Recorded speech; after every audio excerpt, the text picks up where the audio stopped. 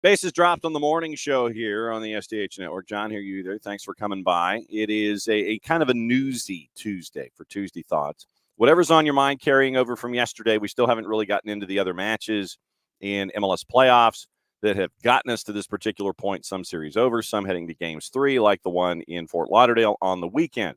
SDH will be there, and if certain tropical storm things kind of just continue drifting to the west, everything should be fine. Getting down there Saturday morning might be a bit of an adventure, but we'll see how it looks and see what the lay of the land is when we all get there. But yeah, SDH will be down there for game 3. Looking forward to letting you know what's going on in all aspects of everything when it comes to an elimination game in round 1 of the 2024 MLS Cup playoffs. We have some news and things in hour number 1 to kind of navigate through, because there was some stuff that came out yesterday involving World Cup or championships, world championships, because I'm trying to figure out what I can say without getting us in trouble. I don't know if they have World's Cup laid out, but we can go ahead and say World's Cup, because I don't think that gets anybody mad, plus some other things involving coaches and owners and things like that overseas. And so we'll get into that as well in hour number 1. Hour number 2 is kind of cool. MLS Next Pro has their championship match this weekend. 10 o'clock, we catch up with the general manager of North Texas SC, visiting from the Western Conference side of things. And it's a really unique situation for Matt Denny, where Matt is specific to North Texas. When he was brought in a couple of years ago, one of the few general manager positions directly linked to a second team. Traditionally, and we'll get into Matt about this when he comes on at 10 o'clock, but the idea of coming in from the absolute zero in a rare situation where you are a general manager for a second team. So we'll get into that. North Texas has made their way through. They were the studs of the Western Conference, and we'll catch up with Matt coming up at 10 o'clock, 10:30. Our weekly visit with Kaylor Hoges and our friends from the USL show. We've had coaching news, and it has to do with a team that we had maintained was doing some sleepwalking. So we'll see what the thoughts are of Kaylor about more coaching changes, round 1, and how things are looking for weekend number 2 in the playoffs. And we'll also go through what happened in USL League 1. So it's a busy time for our friends at the USL show. Kaylor Hodges joining us 10:30 Eastern time. So Matt Denny, GM for North Texas SC, joining us at 10. Kaylor joining us at 10:30. And all of the news and all the other things that's on your mind when it comes to the sport here on the morning show. Okay. Opening kickoff brought to us by our friends at Kickoff Coffee and kickoffcoffeeco.com. And this is a cool opening kickoff. Might be multi-tiered by the time we're done. Here's your QR code from our friends at Kickoff Coffee and kickoffcoffeeco.com. Hit that QR code. You go in, you start your day with our friends at Kickoff Coffee and kickoffcoffeeco.com. Excuse me for a second. Using the QR code to hide me taking my morning vitamins. Hit that QR code. Don't forget to use the code SoccerDownHere15 when you check out. They, in turn, take 10% after you've gotten 15% off of yours. They, in turn, take 10%, reinvest it in youth games, youth initiatives. Very, very cool stuff from our friends at Kickoff Coffee and kickoffcoffeeco.com. So I mentioned youth initiatives. You might have seen this yesterday on the social medias that we have here at SDH. But we are now handshaking and in partnership with our friends at Grady Baby. And Grady Baby, for those that may not know who they are, it's gradybabyco.com. It is clothes made by locals here in the Atlanta area that reference local events, local things, local feelings that we have toward the Empire City of the South. So what we've done, and this was really cool, is that now when you have time and you go to the Grady Baby Co. website, you can actually get gear that those of us here at SDH and those over there at Grady Baby, we've agreed that this is something really cool, and you can help out folks that really need it. So when you go and you get that, and you can get that in either the hoodie or the T-shirt form, soccer is just better in Atlanta. You can get that in either form, and what you do is you help out middle school soccer and its availability in the Atlanta area through Atlanta Public Schools. So it was something very, very cool that the partnership is now up and running, and proceeds from sales of this particular line help out growing the beautiful game and helping it in the Atlanta area in the middle schools. So very, very cool stuff from our friends at Grady Baby, at Grady Baby Co. on the Twitters. Portion of every sale goes towards supporting middle school soccer in APS. And so you can get your shirt, hoodie, or both. Yeah, I'm planning on getting both. I know that's a surprise, but very, very cool there. Once again, a portion of every sale goes to supporting middle school soccer in Atlanta Public Schools. So you can go to Grady Baby Co., get that in either hoodie form or T-shirt form, and you can help out growing middle school soccer through Atlanta Public Schools. So very, very cool stuff there. Maybe I should make a banner or something, and that might help things out. So GradyBabyCo.com. So there you go. GradyBabyCo.com is where you can go and you can get that gear and help out middle school students touched to Atlanta Public Schools and attached to Atlanta Public Schools and help them grow the beautiful game. So very, very cool stuff there. And thanks to our friends at Grady Baby for seeing what was in mind and being a part of this whole thing. So once again, you can get the T-shirt or the sweatshirt. Portion of the sales goes to help out middle school soccer with Atlanta Public Schools. So very, very cool stuff from our friends at Grady Baby Co. And fantastic thoughts and ideas from our friends here at the network. So there you go. So once again, Grady Baby Co. Get your T-shirt, get your sweatshirt, help out middle school soccer with APS, and help spread the beautiful game to those that might want to participate but haven't had the means or the opportunity to do so. And so now we're hopefully helping out in that regard, doing our part with our friends at Grady Baby at GradyBabyCo.com. Get the sweatshirt, get the T-shirt. I know I'm spending a fortune because I went through their catalog last night, and there's a lot of stuff. And so I was like, yeah, I'm going to get that. Get our stuff, obviously. Get that, get that, get that, get that. Yeah, so I'm spending a fortune at Grady Baby. That much I do know. But no, thanks to our friends at Grady Baby for helping us out with this idea. So portion of the proceeds helping out middle school soccer involving Atlanta Public Schools. So very, very cool stuff there. All right, that was opening kickoff brought to us by our friends at Kickoff Coffee and kickoffcoffeeco.com. Once again, there's your QR code for those of you who are hanging out with us, however you are accessing us this morning. And you get that QR code, you hit it, you go into Kickoff Coffee and kickoffcoffeeco.com. That, in turn, gets you a 15% off if you say Soccer Down Here 15 at checkout. Then our friends at Kickoff Coffee will sit there and donate 10%, reinvest it in youth games, youth initiatives. Very, very cool stuff from our friends at Kickoff Coffee and kickoffcoffeeco.com. See what I did there? Kind of just all wraps around each other. So you get the QR code with Kickoff Coffee. You've got the sweatshirt and the T-shirt with our friends at Grady Baby. And so there you go. That is opening kickoff this morning here for Tuesday Thoughts. Once again, remember, whatever's on your mind this morning could be hangovers from the weekend, could be hangovers from our discussion about Atlanta United in depth yesterday. We've got the rest of the stuff going on in Major League Soccer. We've got some news we've got to get into. North Texas SC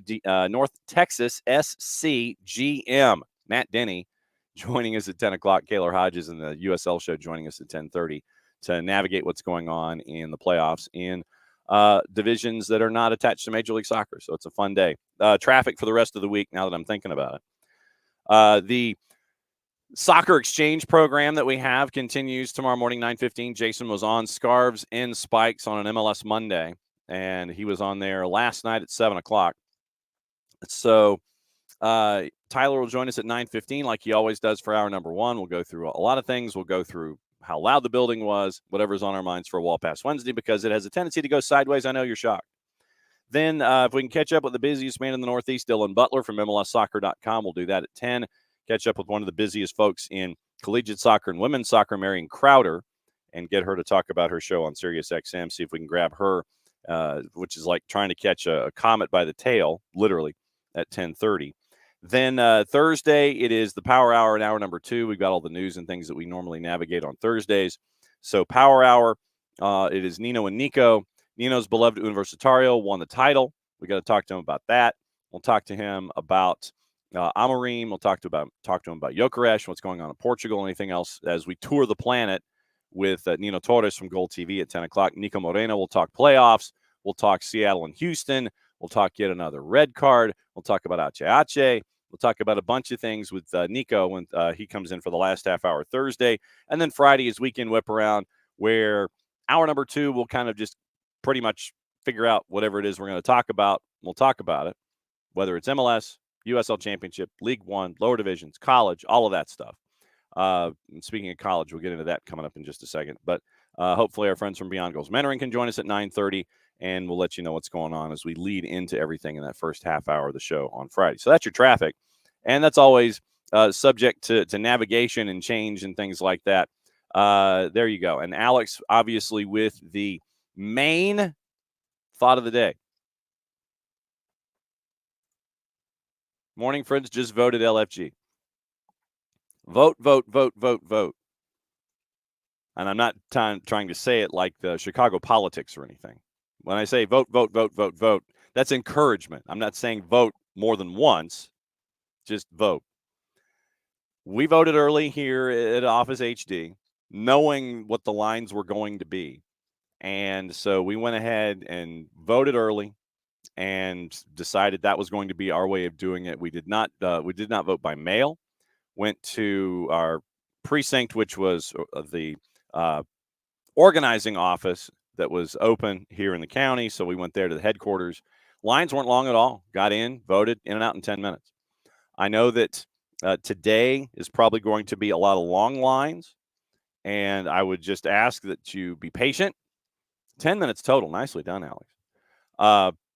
Going to have long lines today, especially as we get close to the deadline of polls closing in whatever part of the planet you're on. If you're in line a minute before, you're supposed to be allowed to vote. If you are in line a minute before polls close, you're allowed to vote. Them's the rules.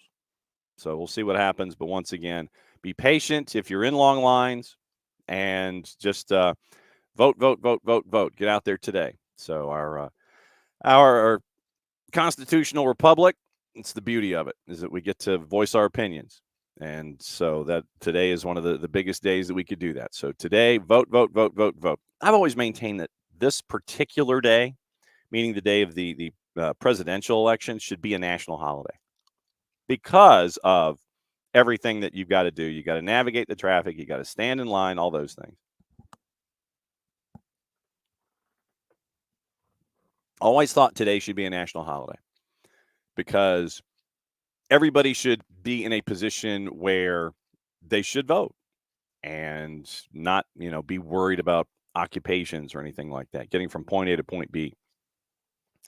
And Alex says early voting lines normally long here in the state of Georgia, so it's easier to vote the day of. Remember, we told you the story about here at Office HD, where our precinct literally is right next door. We're in a subdivision, condo subdivision, and literally it is a church that is right next door to us. So literally we can take our drinks, we can go next door, we can go vote. We don't have to lock our door in our house, and we're done in like 10 minutes. So no, tremendously fortunate to have a precinct right next to us. But it's going to be interesting to see what traffic is going to be like today heading into all these precincts. But yeah, vote, vote, vote, vote, vote. Today's your chance, so do it. Okay, there's a lot of stuff to get into newsy-wise. We didn't get the chance to get into it yesterday, obviously, because we were heavy Atlanta United. And there was some interesting stuff that Jonathan Tannenwald at the Philadelphia Inquirer brought to the table. And it has to do with the World Classic and what they're going to be doing for the 27 World Cup in the United States. FIFA yesterday, and this is how, and literally they file it under commercial. And you're sitting there going, really, what? So, in the sense of it being business, not in the sense of the 30 or 60-second advertisement. Here's the headline. Invitation to tender for media rights to FIFA Women's World Cup Brazil 27 and FIFA Women's World Cup 31 officially launched in the U.S. and Puerto Rico. So Flagship women's football event to be hosted in South America for the first time. Deadline for bid submissions is the 3rd of December, 2024. So you have 29 days to submit your bid to be a rights holder for the 2027 World Cup in Brazil. FIFA has officially launched the invitation to tender. They call it an ITT. I used to think of that as International Telephone and Telegraph, but that's just me. For the rights to the 27 World Cup and the FIFA Women's World Cup 2031 in the United States and Puerto Rico. Represents the first time the FIFA Women's World Cup will be sold in the USA on a standalone basis. Tender process primarily focused on the 27 edition.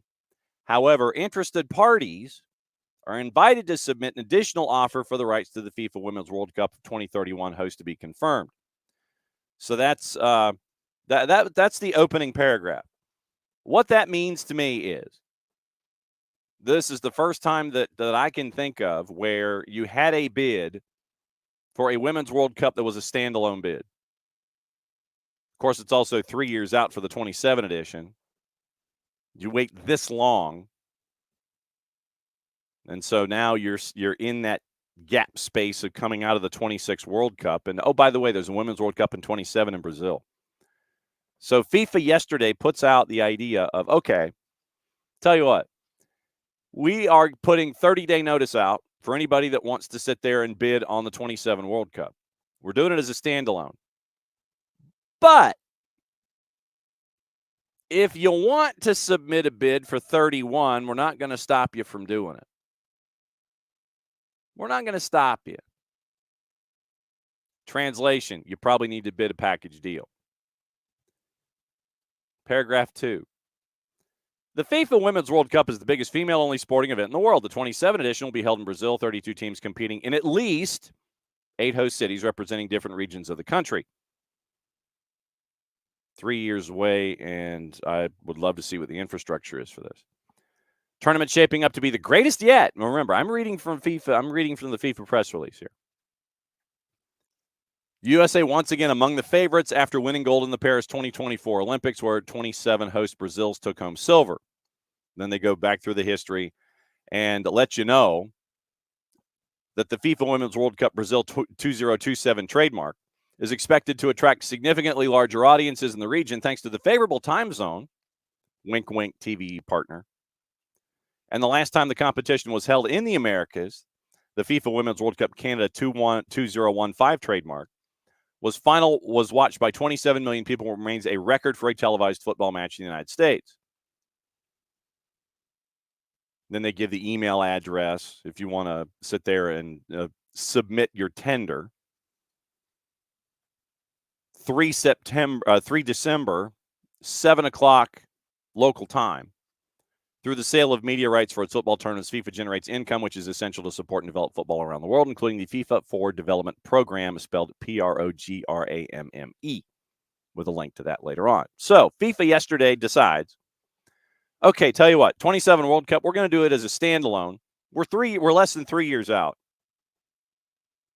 So tell you what, we got less than 3 years to go. We're putting this up as a standalone. But we're not going to stop you if you want to vote for the 31, which is USA, Puerto Rico. We're not going to stop you for that one. Interesting. Tannenwald says that ESPN is considering a bid.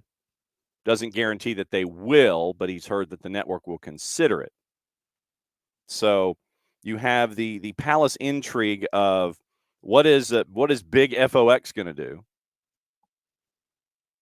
Are they going to continue to try and run their streak of events? Do they get the package deal like they did last time? One, and then, oh, by the way, here's the other. So you get to see that. But tying into that on the men's side, Samindra Khunti, who is a journalist for BBC, Blizzard, Josimar, World Soccer Mag, Forbes, bunch of different places. On the flip side of things, in an interview with Volkskrant, The Dutch General Secretary, Hees van Jong, says there will not be a vote at all for the 2030 and 2034 World Cups if both bids are approved. It's just going to be by acclamation. So on the women's side, 27, less than 3 years before, they're putting the bid out there and you're in the 30-day window. You can bid on the 31 if you want. Wink, wink, nudge, nudge. How'd you do? And now on the men's side, according to the Dutch FA General Secretary, there's not going to be a vote for 30 and 34's venues. Just acclamation. I'll hear say I approve. Motion forward. So that's what you're staring at with 2030 and 2034. Intriguing, as the kids say. So you got to keep an eye on 2030 and 2034 going forward. Just as an idea, kind of keep up with it just a bit. So you have those kinds of you have that kind of activity involving the men's and women's international tournaments. Like I said, I don't know if I can use the WC word without trying to avoid getting into trouble.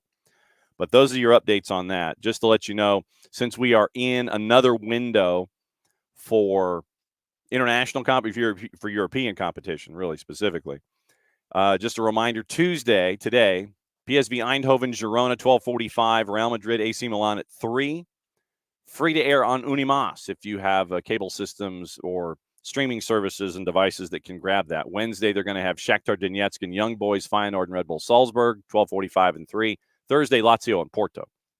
So you're going to have Champions League, Europa League matches free to air on Unimas this week. And those are the ones that you're going to have that.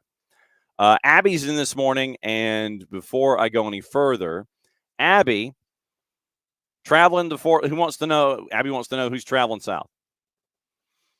Affordable tickets if you are a supporters group member. So this is our public service announcement. Also, public service thank you to Abby for the Reese's. Abby gave a bag of Reese's to Abe, Garrett, me, and Maddie.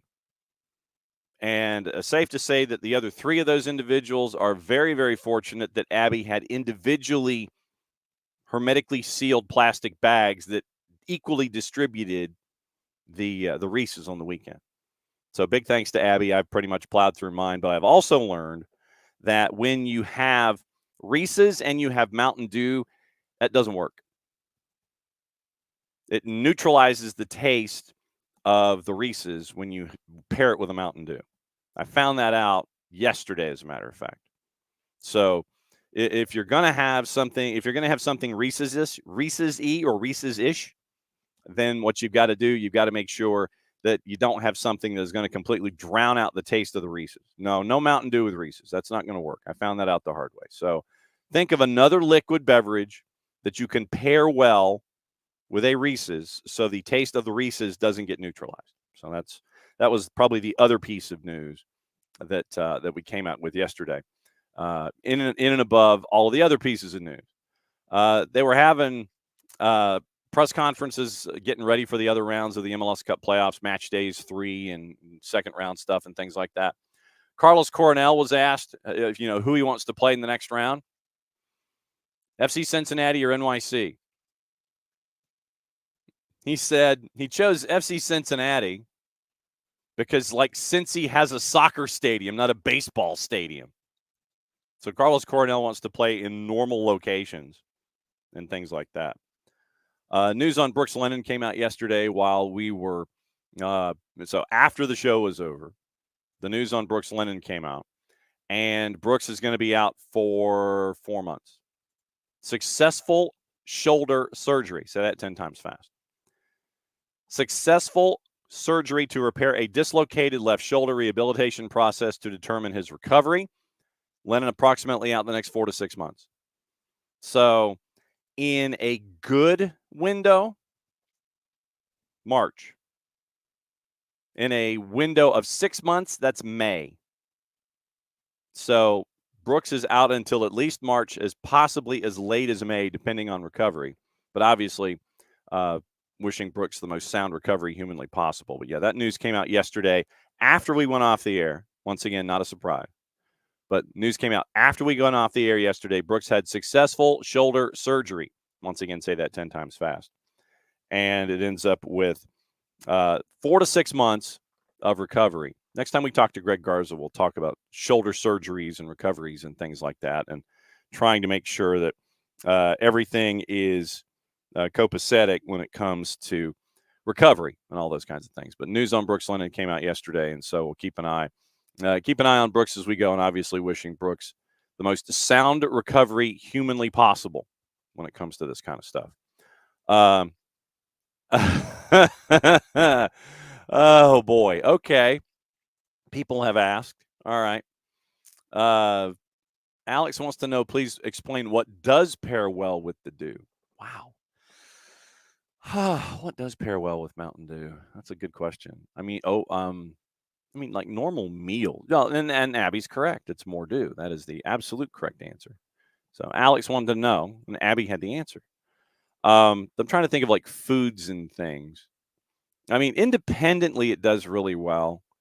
The commercials where you sit there and you see somebody who's really no, it depends on the gum. It depends on the gum. The commercials that you see with Mountain Dew where someone is sweating their what off, and then they grab a Mountain Dew, which completely dehydrates you that much more. It still tastes great, but it still dehydrates you that much more. So I'm thinking like, okay, now does Wiley saying pork rinds? I don't know, because I'm not a big pork rinds person. Pretzels probably, because you've got the tart and the tart and the salt. But of course, me, a guy like that with pretzels, I sit there and I take the salt and I brush the salt off the pretzel. I would say sub sandwiches. You go to your favorite submarine sandwich location. That works really well there. There are some that are Pepsi brand friends. And so those submarine sandwiches, like the BMTs and things like that, the ones that have the whole lot of meat and the wheat bread. Nachos, yeah. Nachos is one. And I was about to say Mexican food in general, OG. So, and I don't know if Abby's like maybe fish because it's lemony and lemon goes on fish. Abby mentions gum. I will say this. Let me stand up for a second. For those of you who are watching on the video side. All right. I had to go and find that Candy Warehouse was the only place that I could find Razzles. I cannot find them in the store anymore. I cannot find Razzles in the store. And so, as we all know, it starts out as a candy and finishes as a gum. Razzles and Mountain Dew do not work. It completely neutralizes the gum taste. So it does not work. I'm not really a fish guy, OG. That is absolutely true.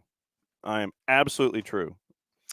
Not a fish guy. The boss can. I mean, I might be. Yeah, chicken wings. That's another good one. I can do fish and chips, and that's about it. I know that shocked you. The originality there. Anything, fillets or different brands of fish, those kinds of things. That doesn't quite work. So I'm not a fish guy. Mexican food, yes. Submarine sandwiches, yes.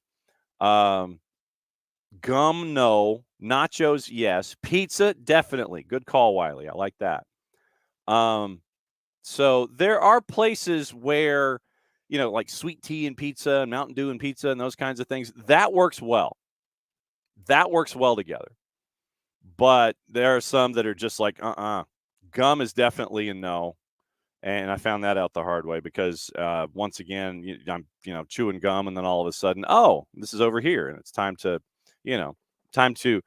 partake of the soda, and then it just completely neutralizes everything, and actually it hardens. It makes the gum's career dissipation light happen faster.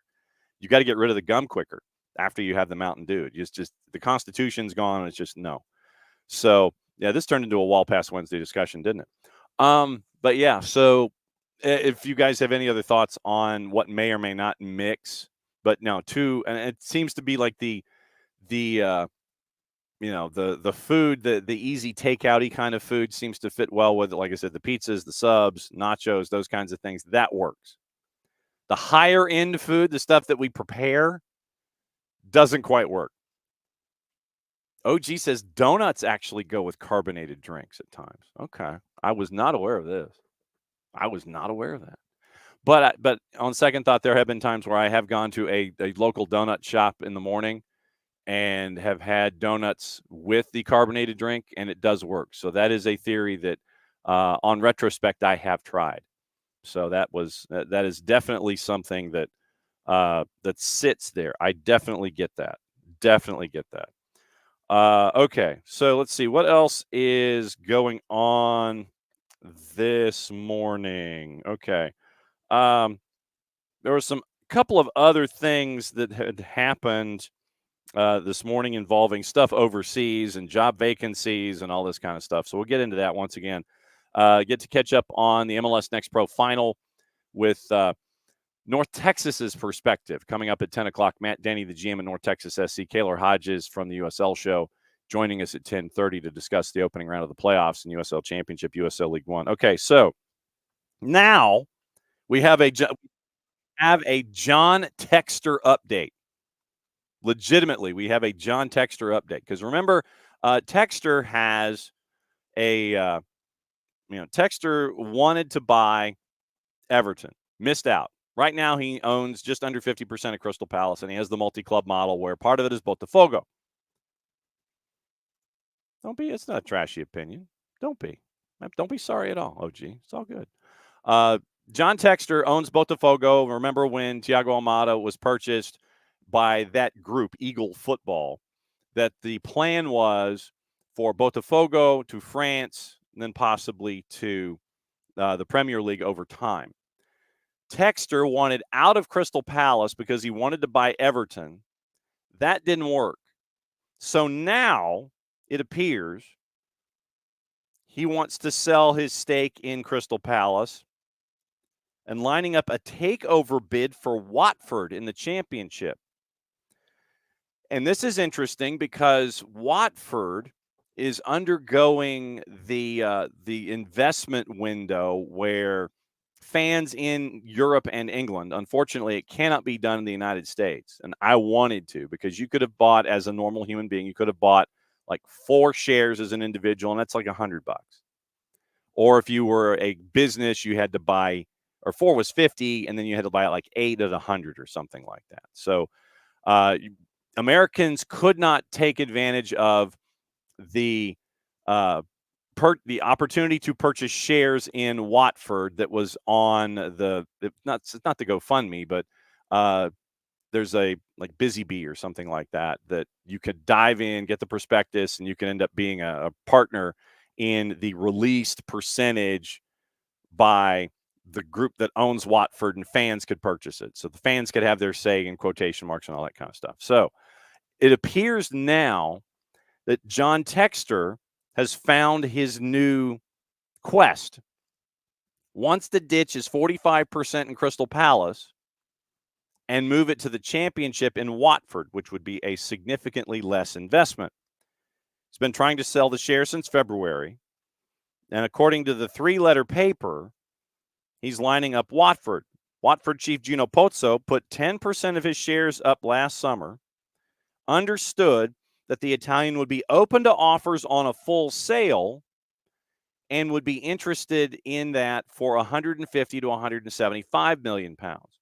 So basically, if Texter got rid of his 45% at Palace, he could get the whole bit at Watford as Watford tries to get back into the Premier League. Believed to have held talks over recent time frames.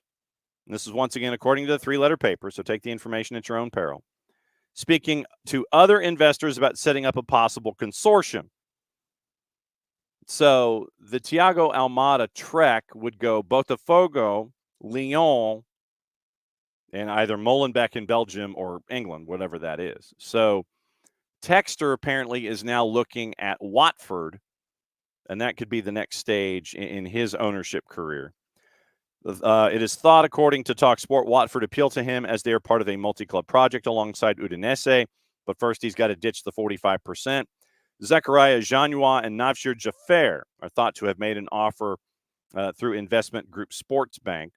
Texter's fellow Americans Harrison Blitzer could buy him out with the price tag at £230 million, 17th in the Premier League table. Oliver Glasner's won just one of their first 10. Bright start under Tom Cleverley for Watford, right now 5th in the table, 7 points off of league leaders Sunderland. So go where the grass is greener, even if it's in the second division. So, that's what you're staring at when it comes to John Texter and his possible, probable new idea as to where he wants to spend his money next.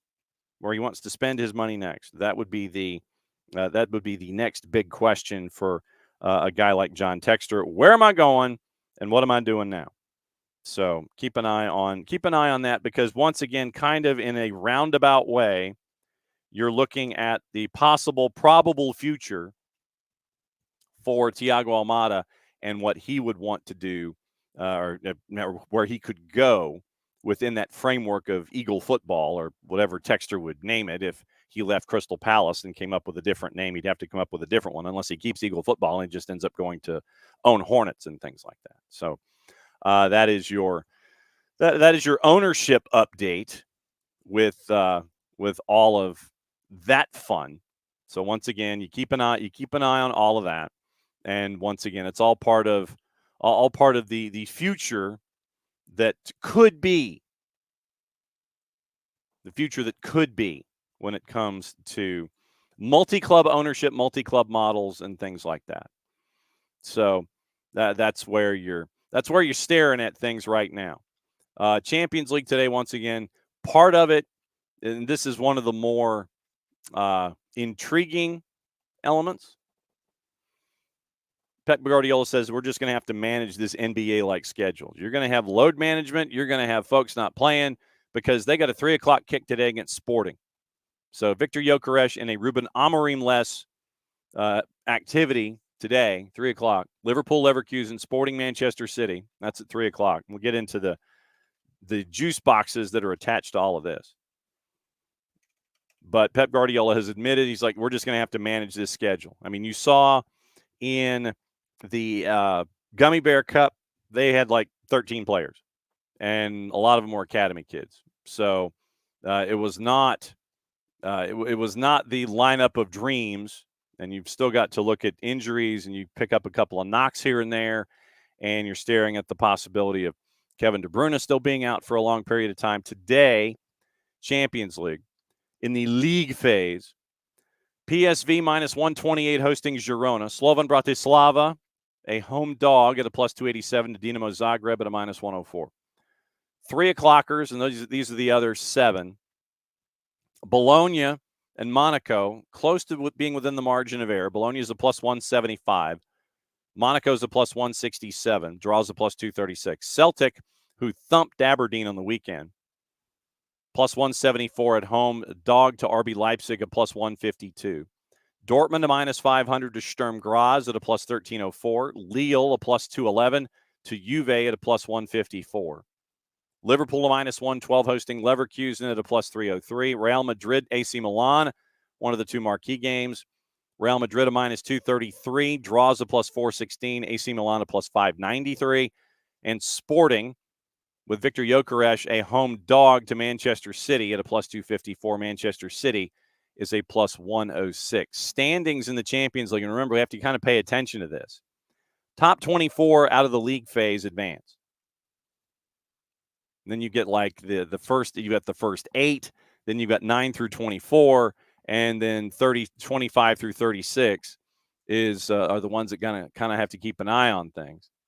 Just to give you an idea, right now in the out group, Milan, Atletico Madrid, which is an absolute shock, PSV, Bologna, Shakhtar, RB Leipzig, and a couple of folks that you would anticipate, Red Star Belgrade, Red Bull Salzburg, Slovan Bratislava, Young Boys, etc.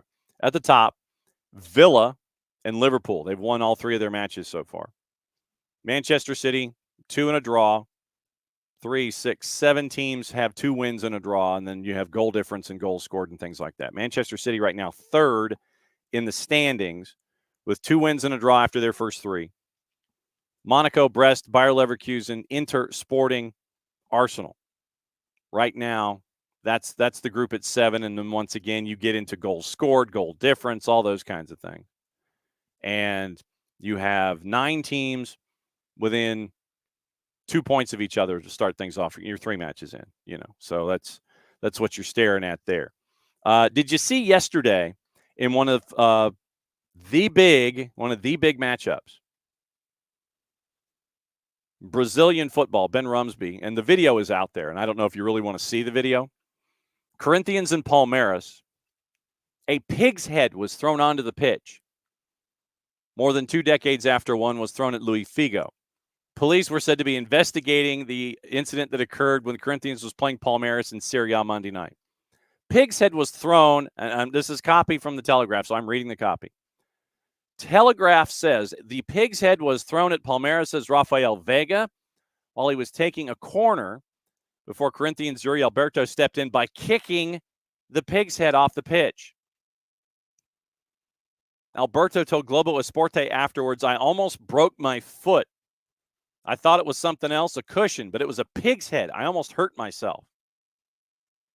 2 people reportedly arrested over the incident before being released without charge due to lack of evidence.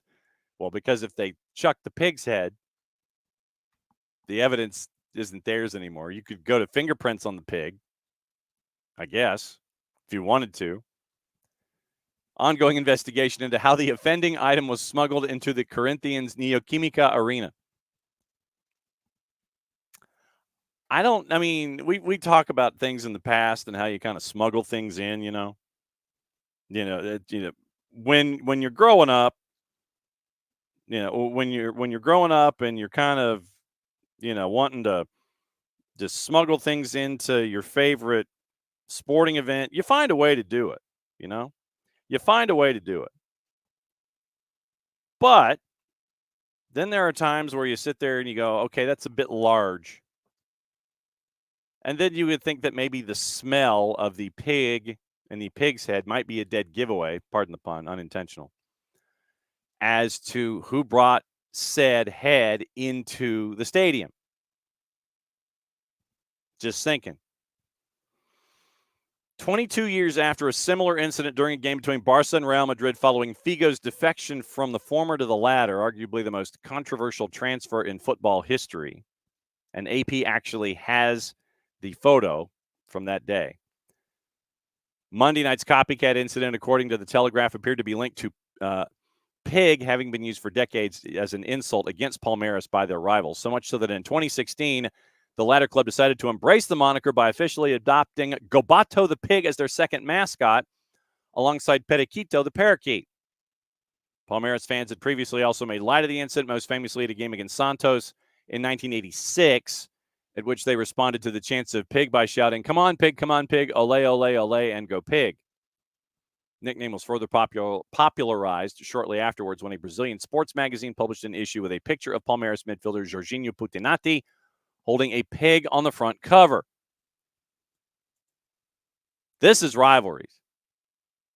In the Southeastern Conference, I don't think you could get away with something like that. I don't think you could. Manchester United apparently is going to delay the decision on demolishing Old Trafford. Once again, it's James Ducker.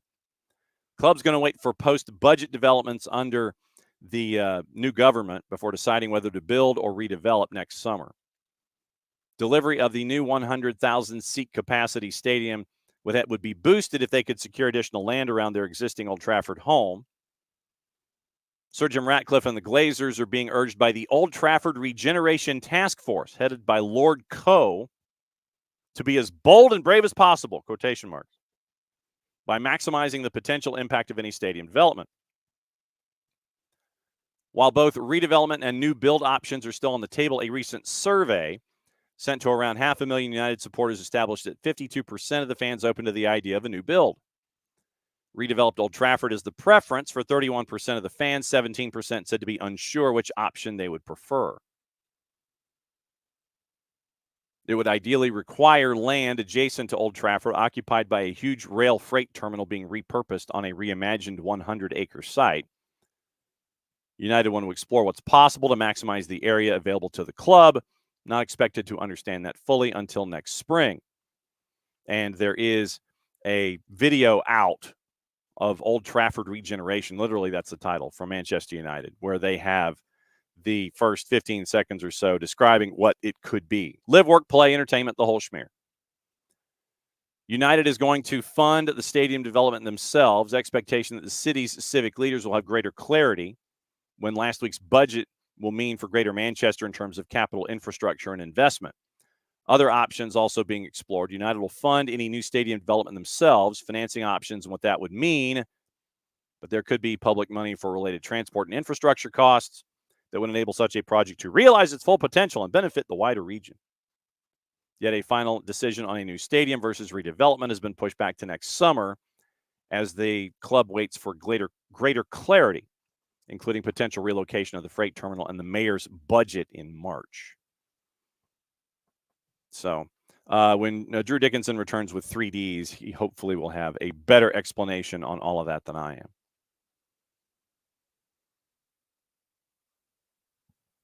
Yesterday, Fulham was down 1-0 in Monday Night Football. They came back to win it 2-1.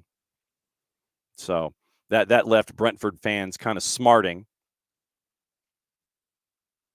after having a lead and then blowing a lead. That didn't go well. So you had that activity yesterday. Let's see. Where am I? Oh, what to watch, where to watch it, how to watch it. Silly me. I mean, what am I thinking? We got to get into gossip, rumor, and innuendo also before, once again, we're joined at 10 o'clock to get our North Texas SC MLS Next Pro Championship game update, at least from the Western Conference perspective. So soccer on TV today. We got college soccer. And once again, last night, it was a horrible loss for Georgia State, losing in penalties to Old Dominion. Had the lead, 1-1 going to PKs, went 110 minutes and lost it in penalties. It was a painful loss. So that's it for the season. And once again, thanks to everybody at Georgia State on the soccer side for helping us out and letting Jason and Maddie tell Panther Prowl stories all season long. Very, very cool there. Losing to Old Dominion in the 4-5 on the women's side in the Sun Belt tournament last night. That was on ESPN Plus down in Foley, Alabama. Today, Lille and Juve's on CBS Sports Network at 3. 2 to NA has Champions League. PSV and Girona, 12:45 and 3 o'clock. PSV, Girona, Real Madrid, Milan. Welcome back, Liga MX at 10 o'clock on 2 to NA, Pumas and Querétaro. Unimas, we mentioned. PSV, Girona, 12:45. Real Madrid, Milan's at 3. Paramount Plus, you're home for soccer. Short of here, obviously. Asian Champions League Elite. Had a couple of matches already. Paktakor and Al Rayyan is going on right now. They're at the half. Al Nassr and Al Ayn's at 1 o'clock. Argentina Primera tonight. Newell's Old Boys and Huracan is at 7. They've got all the Champions League matches, the 2 at 12:45, and then the 7 at 3 o'clock. And in the English Championship, Plymouth Argyle and Portsmouth. Pompey and Plymouth Argyle, 3 o'clock. That is also on Paramount Plus. The college soccer, what to watch? And yeah, Abby, we'll talk about that in a second. You've got Purdue, Fort Wayne, and IU Indy in activity. You've got Oakland and Detroit Mercy. What is that? Horizon League. So Horizon League is off and running at 2 o'clock today. 6 o'clock on the men's side. You've got America East, and you have a lot of America East at 6 o'clock. 7 o'clock, you've got some Fun Belt, Georgia Southern, South Carolina on the men's side at 7 o'clock. And you've got Colonial. You've got some and SEC as well, Georgia State, Kentucky at 7 o'clock, and more activity in the Northeast, West Virginia, Marshall on ESPN Plus. Everything on ESPN Plus on the men's side in college soccer today. West Virginia, Marshall, interesting matchup at 7:15. Women's, the SEC tournament is on the SEC network with a quadruple header. 12:30, Arkansas, Georgia. 3 o'clock, Texas, LSU. 5:30, Mississippi State, Tennessee. 8 o'clock, South Carolina and Alabama. Southland Conference is on the Plus. 4 matches starting when our show goes off the air, if you are so inclined. Stephen F. Austin, and it is Texas, Rio Grande Valley, Northwestern State, Southeastern Louisiana, A&M Commerce, and Incarnate Word, A&M Corpus Christi, and Lamar. 12:30, 3, 5:30, and 8 SEC Soccer Women's, Southland 11 to 5 and 8 on ESPN Plus. And so that's what to watch, where to watch it, and how to watch it. Gossip, rumor, and innuendo. Before we head to find out what's going on in MLS Next Pro, at least from the perspective of North Texas SC, and this one's going to be a fun conversation. So, gossip, rumor, and innuendo, and it is Inter Milan and Barca plotting to grab Enzo Fernandez. That's from the three-letter paper. Take the information at your own peril. Arsenal have identified Alexander Isak, but I don't know if your ears were burning or not, Alex, as their top transfer target, although the Magpies would demand a fee of about £100 million. United also keen on Giovanni Kenda, 17, from Sporting. Interest also from Manchester City, Liverpool, and Juve. Eric Ten Hag did not want to buy Joshua Zirkzee from Bologna in the summer, was furious when the signing arrived for training a stone overweight, according to the three-letter paper, £36.5 million. Spurs are interested in Netherlands midfielder Tiani Reinders. Don't think he'll be able to prize him away from AC Milan in January. Chelsea will not consider selling Benoit Badiashile, with the France defender considered part of their long-term plans, Fabrizio Romano. Bayern Munich considering a move for Eintracht Frankfurt's Omar Marmoush. Liverpool also interested. Forest would like to take Matthijs Tel from Bayern Munich on loan, but the French U21 international has no plans of leaving Bavaria this winter. Frank Lampard, this was the other one this morning. Frank Lampard has emerged as a surprise candidate to take over from under-pressure manager Ivan Juric if Roma decide to part ways with the Croat. That's from Gazzetta dello Sport. That was the other story I wanted to get into this morning. Spurs triggering a one-year option on the contract of Heung-min Son. United are going to give Ruben Amorim a say before making contract decisions on players approaching the end of their deals. Villa close to agreeing to a bumper new contract with English forward Morgan Rogers. Adu set to take up a role within the network of Evangelinas Marinakis. We talked about that yesterday. And Mikel Arteta will have a major say in how the club replace Adu as a sporting director. Gossip, rumor, and innuendo, and that is how it goes. Before we get into actual serious conversations, one more Tuesday thought, since Abby is getting her oil changed. Apparently, she went to get her oil changed this morning, and they don't change the oil every 5,000 miles in newer vehicles. It's every 10, apparently. I know in mine it's 7. At least it was, and then it turned a certain age, and it's like 5. So so Abby is shaking off the fact that the new Abstermobile is now a 10,000-mile oil change. The things that we talk about here on this show, normally on Wednesdays. All right, I'm going to cheat about a minute and a half. So this is fun. And what we decided to do, we got a championship game coming up this weekend in MLS Next Pro. And so what we decided to do is reach out to the two clubs and find out what's going on, what the season was like, what MLS Next Pro is like, all the learning and all the growth that's going on inside these clubs as they're approaching their parent clubs and interactions therein. So for this, we go to the Western Conference and welcome in for the first time ever here on the morning show, Matt Denny, Grand Exalted Poobah, otherwise known as General Manager for North Texas SC. Matt, welcome to the morning show. Thanks for dropping by. Thank you. Thanks for having me. All right. So for those that don't know your story, how did you end up there at North Texas? And it's a real interesting deal where they brought you in specifically to be the GM for that club. How did all this break down for you?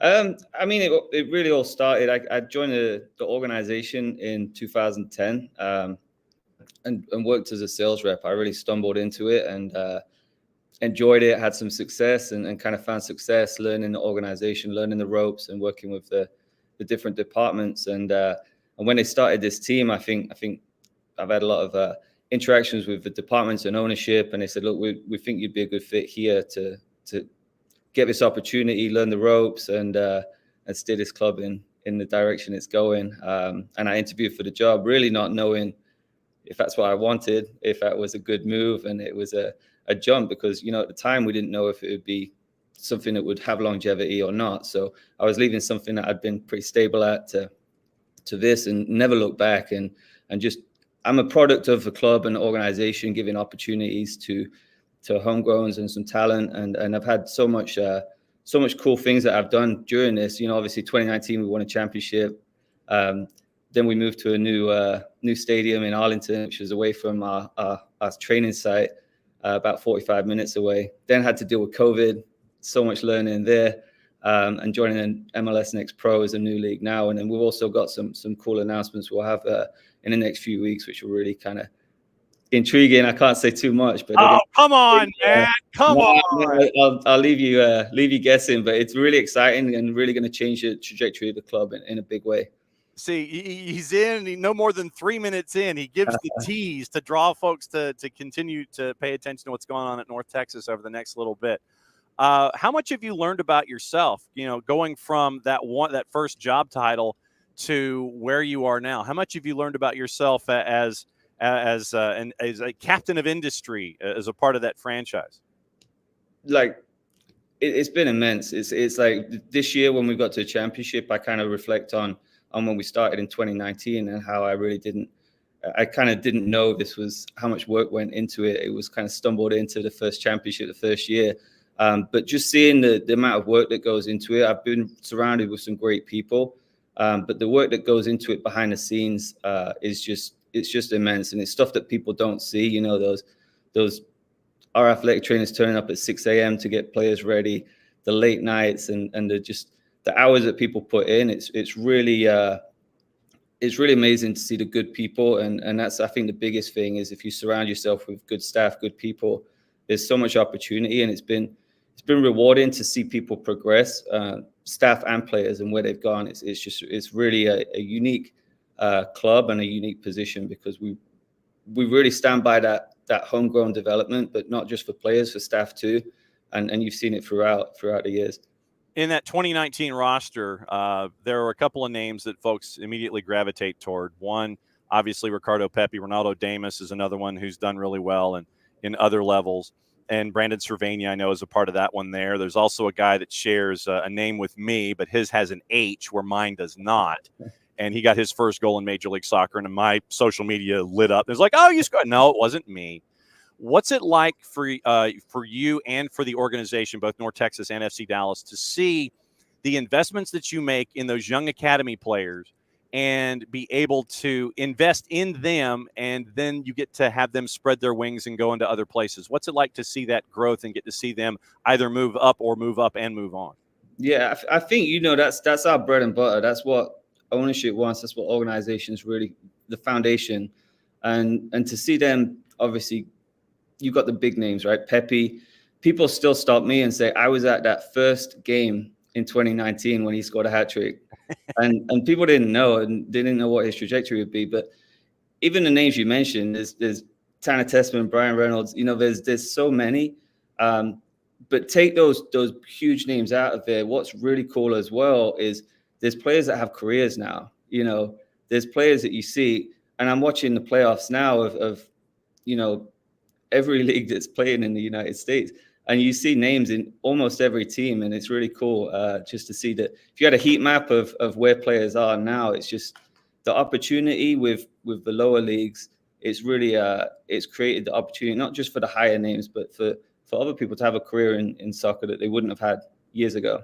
And I think that gets lost on folks a lot of the time, where even if you aren't moved on the 8-figure transfer or what have you, and you get to move on to Europe, you still have the opportunity to do really well and make a career for yourself on a bunch of different levels and a bunch of different leagues, really in and around the planet. And I think that gets lost on folks. Development means capital D development, not just moving folks on for that big payday. No, that's exactly right. And you'll see it with staff. And I think you'll see it, in 10, 20 years, you'll see these former players be coaches. And again, they wouldn't have had that opportunity. But the cool thing is we're known for our academy and bringing those homegrown players through. And this club really is about bridging that gap. And it's a cliche I know a lot of clubs use, but we're not just doing that. We're doing, we've signed international players. We've signed international players on loan. We've had college players. We've had players leave college and have success. And, we've had open tryouts, and we have Bernard Kumunga is obviously our great story, but Thomas Bondeka came from open tryouts. And we're having that access to the community and the hope for players. It's, there's opportunity out there, which is really cool as well. I would recommend that folks read up on Bernard's story. It is fantastic, and how he has been able to become a part of the fabric there under the FC Dallas umbrella.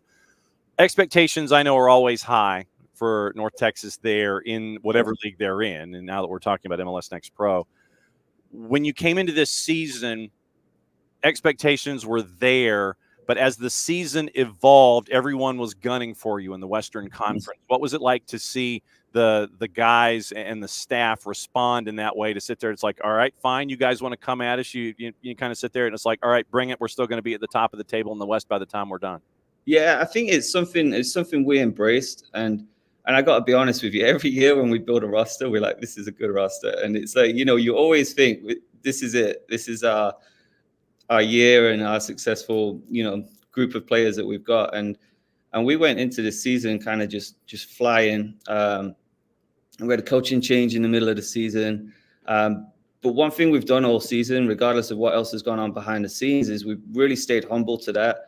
And we've taken it one game at a time. And it's to the point where we're in the championship now. And it's like, you look back and it just went so quick. But we were literally, let's go one game at a time. And let's just take care of business step by step. And we've really kind of embraced that throughout the year. How difficult is it for young men or young front office personnel to sit there and navigate a coaching change in the middle of a season where you have an expectation, you want to be more successful, you want to continue to be successful? How difficult is it for those young men to navigate it? And what was it like for you as the general manager to see everyone navigate it as well as they have? Yeah, I think it really comes down to just our whole mentality. And we've got that next man up or next person up mentality here, that if something comes up, we deal with it. And if it's, hey, we're not getting first team players this week, or there's a big MLS tournament for MLS Next and we don't have access to as many players, we just deal with it. And really it's one of those things that it's a machine we built, so we're not surprised when it happens, right? When we lose players to the first team and they go up, yeah, we would like to have them still at North Texas, but that's the machine we're building, and we're not surprised when that happens. And just like the coaching change, John moved up to the first team. It was great. And Michel Garbini, he's someone that's been here since we started, one of the original staff, and he's grown. He's taken his licensing. Did his B license. He's doing his A now, completing it. And I'm really happy for him because he's learned a lot and grown so much.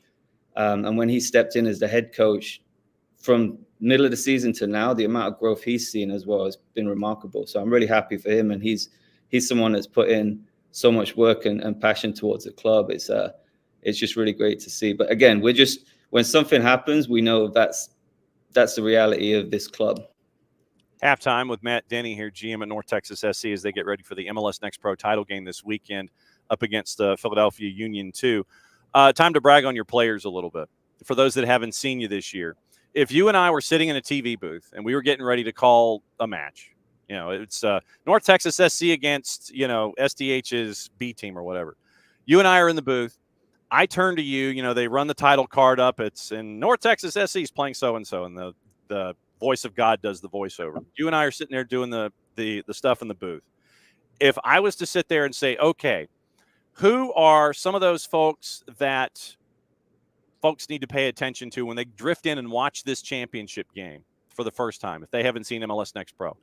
Who would be some of those instant faces that folks would recognize and gravitate toward from your perspective? Oh, okay, I need to keep an eye on this person. I need to keep an eye on this person for North Texas to be successful and to get them to this point. Who am I gravitating toward here? Yeah, it's a tough one because it really is the depth we've got. I could name everyone, right? It's a great team. We got time, man. It's all good. But what I'm going to tell you is, like, from goalkeeper to the bench, even our bench, when we bring them in, we're not dropping a level. We're adding and we're creating some diversity in the way we play. But our goalkeeper, Michael Kaylor, is having a phenomenal year. One that we know he's capable of. We didn't expect. He competed in goalie wars this year, goalkeeper of the year. So it's not many times where you can say, watch that goalkeeper, he's phenomenal, and we've got that. But top to bottom, I think, one exciting player that you see is just some magical stuff is Pedrinho. Just phenomenal player, and he does some some stuff on the field, but in practice, if you watch him, it's mind blowing. And then one of our really, really exciting young talents is Diego Garcia. And he's had a phenomenal year. You know, we brought him in last season, and he's played a lot of minutes, and he's only just turned 18. But he's come to North Texas, and within a short amount of time, in less than 2 years, he got a call up to the U.S. national team, went to Brazil and played some games. He got to do preseason with the first team. We played Miami at the Cotton Bowl, and he got to play against Messi, and it was, you know, just it happened so quick. Those things are great stories too, but he's one to watch. And, you know, I'd say right now, just on form, is Anthony Ramirez. You know, he comes in from games, and he's changing games. So, again, I could list a ton of players, and I feel bad not mentioning everybody. But well, that's why you go to fcdallas.com and follow North Texas SC on all their social media, so you can keep an eye on what's going on. But this adds to that dynamic that we're talking about, where Ramirez is an academy product. Collodi comes to you from Columbia University. And how does Pedrinho come to you from Flamengo? How does something like that happen? You know, this is one where we've got obviously great connections through Andre Zanata and our scouting staff. So our scouting staff is scouting for FC Dallas, but we're also scouting for North Texas. We're trying to find young talent. And he's one that was breaking into first team at Flamengo, and, you know, just I think he didn't see the opportunity, and whether that's players ahead of him, staff, or whatever, but he wanted to change his scenery, and people see this as a real opportunity, which it is, to get in front of the MLS organization, be involved here, and have that shot. And we've seen it with Pedrinho, we've seen it with Nico Gordon, who, you know, he's a guy that's played, I forgot how many games, but 12 or 18 games for Birmingham City in a championship, you know, and, you know, we're seeing this, and people are seeing it as an opportunity, which it really is. And we've, again, you go back 4 or 5 years, we didn't have examples to show them. But now when we're going and we're talking with agents, and we're talking with the families, and we're saying, look, we've got this player, this player, this player, this is their stories. You know, is it an opportunity to come here or play 4th division in England, or, you know, get loaned out to a 3rd division team in Brazil? There's definitely opportunity here. And I think that USA is just, the reputation's growing for the sport, and people want to get involved. When it comes to these kinds of conversations, I mean, I assume that you have international minutes on your phone. I imagine that you probably have WhatsApp or something like that. When it comes to being a place that grants an opportunity, we phrase it like that, what are conversations like? I mean, literally, you look at, you know, and I'm looking at just the transfer list from October. So basically the last 13 months of transfers. It is Botafogo. It's the Barca residency here in the United States. Flamengo we talked about. Colleges, Birmingham City you mentioned with Nico Gordon. You have some other collegiate impacts as well, and then the academy. I mean, what is it like fielding phone calls from Europe about being interested to be a part of North Texas SC? What is that like for you? No, it's something really, it's just a really unique position to be in. And every day when I kind of look back, I'm like, wow, it's such a cool opportunity. But the more and more I see it, and the more and more I'm involved with it, you realize that the gap and the difference between the infrastructure in Europe and infrastructure in USA, it's really getting close. And you know, people come here, and Nico's a great example. And he just said, Matt, these facilities you have are ridiculous, you know. And I was like, what do you think about the level? And he's like, there is some amazing, talented players here. And he's like, you could put these guys up against any Premier League U23 team, you know. And it's sincere, you know. He'd tell me if it's not, but just, it's really refreshing to see. And obviously, you know, Europe's a dream for everybody, but I think that the gap is getting, you know, so much closer. When it comes to MLS Next Pro and level of competition across the board, I know looking into the playoffs, a lot of folks were sitting there and thinking, okay, it might be kind of chalkish on the eastern side and then chaos on the western side, but it ended up flipping. When you look at the playoffs and the postseason and the level of competition in MLS Next Pro, has there been one thing that has stood out to you about the level of play over time that that has stood out as a part of your perch there at North Texas? Yeah, I think it's just it's a cliche, but there's no easy games. There's no game we've walked out of there. Well, for the most part, there's no easy games. And when it comes to playoffs, it's really any team can win. Home field advantage has been so huge for us this year, playing out at Choctaw, and we've created an environment that's really favoring us at home. But I think the thing that stands out is teams are trying to play, and we've played over the years, other games, and when you get to this level, both teams are trying to play the right way, and it translates. So when people are stepping now onto the MLS field, it translates. They're trying to play the same style of soccer, the same way. Obviously there's difference with speed of play and physicality, but it translates to MLS. And when our players are stepping onto the training field with the first team, they're really not skipping a beat. It's preparing them for MLS in a really good way. And I think that playing against teams that are trying to play the right way and the same way is really beneficial. You've got a game coming up. I don't know if you know this, but you're playing in a championship game coming up this weekend against Philadelphia Union 2. They've got some massive talent coming out of the Eastern Conference. 8:30 Eastern time at Toyota. So if anybody's going to Choctaw, I imagine there's a sign that's like, "Don't go here, go to Toyota" on Saturday. What are you looking forward to the most about this match? And it can be on the field or off. And then what work still needs to be done on the field or off, do you think, to make sure that this goes off without a hitch and you guys come across as the great hosts that you always are in situations like this?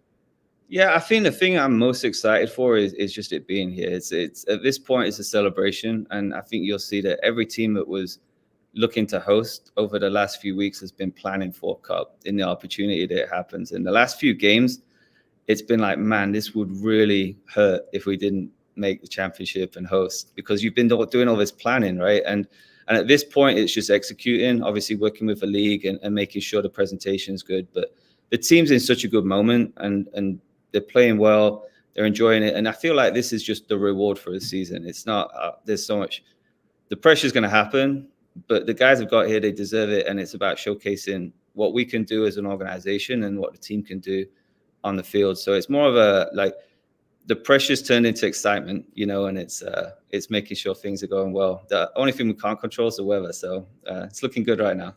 So you mean you haven't put the inflatable dome over the top of Toyota to make sure that it's a hermetically sealed environment and everything is going to be fine? Yeah, not yet. We got to work. So is that part of the surprise that you're going to have in a couple of weeks? You're going to mention that there's going to be a hermetically sealed environment going forward now for North Texas. Is that it? No, that's not the case. There's definitely some renovations going on here at Toyota, so it's exciting times for the organization. So are you sure you don't want to break any news this morning? No, I'm good. we got some things to do before then. So okay, all right. So your seat at the table is reserved for when all that stuff turns into official announcements and everything. So you can always come back and visit anytime and let us know what's going on. MLS Next Pro final championship game, 8:30 Eastern time, coming up this weekend. The top seed out of the West, North Texas SC. GM Matt Denny dropping by. Matt, it was great to see you. Thanks for dropping by the morning show. Good luck with all the planning, and may the championship go off without a hitch. And I know that you guys, top seed in the West, are looking forward to being good hosts in every sense of the word. Thanks again for dropping by the morning show. We'll catch up with you soon, my friend. Appreciate you having me. Thank you. That's Matt Denny. He's the Grand Exalted Poobah. He's the GM at North Texas. And thanks to our buddy Edwin Pintor and Raul Hernandez out there at FC Dallas for making that happen. That's very, very cool. So that's the first time Matt's been on the morning show, but that is the Western Conference perspective on the championship game in MLS Next Pro. And so that is on MLS Season Pass. So it can be a multi-screen experience for you, by the way. You can have the activity going on down in Fort Lauderdale at the Erector Set. That can be on one screen or multiple screens, or you could be there. And then on your favorite screen of choice, you could watch the MLS Next Pro title game with North Texas SC and Philadelphia Union 2. We got to see Philadelphia Union 2 twice this season in MLS Next Pro in the Eastern Conference. And so we know what Union 2 brings to the table. We've reached out to them. Hopefully we can have their representation on as well, so we can give you the full preview of the MLS Next Pro Championship game. But once again, thanks to our buddies EP and Raul at FC Dallas for making that happen, especially on short notice. Literally, here's how things work sometimes.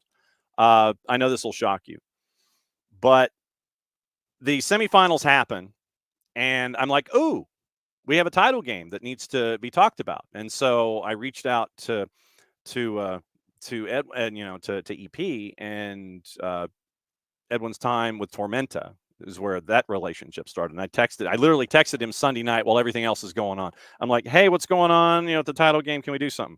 I didn't anticipate like 3 seconds later him getting back to me, but he did, and laid it all out. And we got Matt. So it was the team's practicing right now. They're kind of busy, so we couldn't really do anything from an on the field perspective, but getting Matt's perspective for specifically being a general manager in a position that was created specifically attached to North Texas SC. It was a really unique situation there with FC Dallas and North Texas. So Matt was basically, it's like, you're going to be the GM for this team.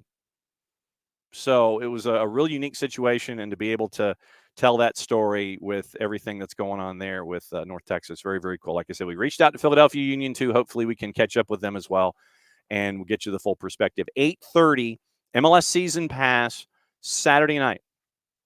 And that is North Texas, the 1 seed out of the West, the 2 seed out of the East in Philadelphia Union 2.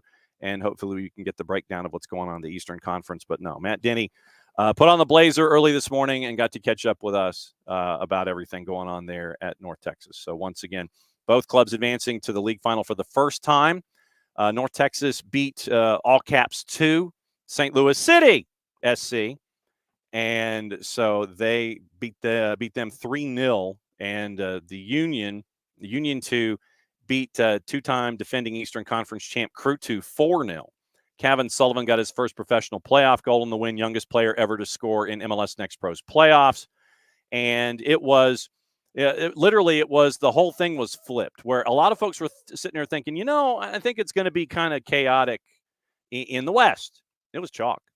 It was literally chalk. And it was North Texas, Tacoma, all caps, and the Town. 1 and 2. It was 1, 2, 3, and 4, making it out of the opening round. Then it was 1 and 2, making it to the conference final, and then you have the top seed making it out of the West, where you had Crown Legacy make their way into the opening round. They won in the quarterfinals over FC Cincinnati 2, top seed out the door. And then you end up with Philadelphia Union 2. They beat NYC. Then it was Crew 2 and knocking off Inter Miami and Fire 2 and OCB. And so you had a 7 and an 8 come through in the Eastern Conference, where it was chalk in the Western Conference, where a lot of folks thought it might have been flipped, but it ended up not happening that way.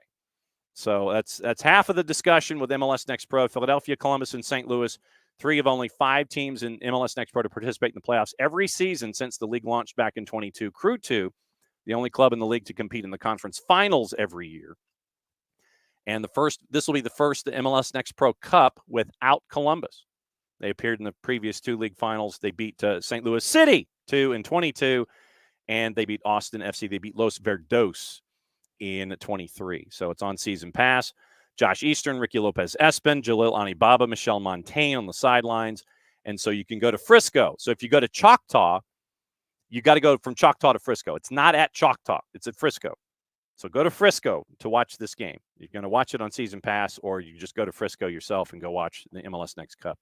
So there you go. All right. So hot tag. It is that time, because I know it is that time to we're going to talk about things in USL Championship. And I'm looking in the green room as Kaylor's getting everything squared away. And it's an interesting look. And I'm going to say just that. I'm going to say just that it's an interesting look when we bring in Kaylor in just a little bit. But yeah, North Texas won 3-0. And Matt mentioned Michael Collodi, who is Keeper of the Year. And Keeper of the Year in 2024 in MLS Next Pro. Extra time. Ramirez, Pedrinho, Henry Scott, they all scored 3-0 to win to get to MLS Next Pro Cup. Philadelphia Union 2 put 4 on the board, which was a stunner over Crew 2. Had a 4-0 win, and it was 2-0 at the break. Marcus Anderson, man of the match, got a brace. Frankie Westfield got a goal. Kevin Sullivan at 15 gets a goal as well. So 4-0, 3-0. Both of those teams go to Frisco. Don't go to Choctaw. Go to Frisco. And you get to watch that at Toyota coming up this weekend on an MLS Season Pass. Okay.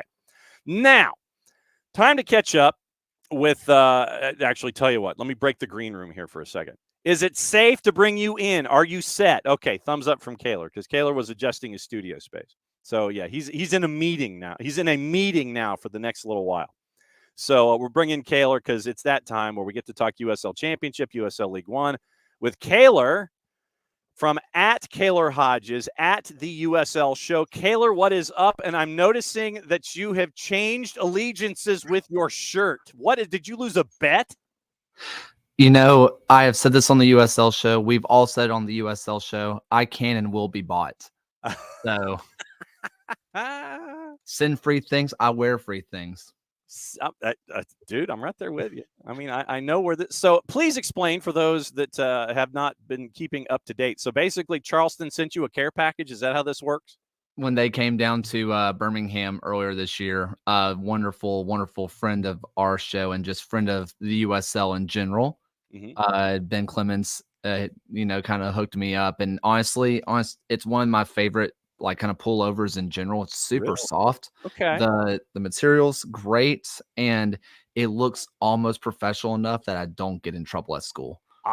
Okay. All right. So, and I'm down with that. I understand where you're going, and especially this time of year where, you got to kind of have to dress, I think, 2 separate ways for when you go into work and when you've got to come out of work. It's going to be 2 separate temperature changes. You got to get ready for all that stuff. So no, I completely empathize, understand, and commiserate with you.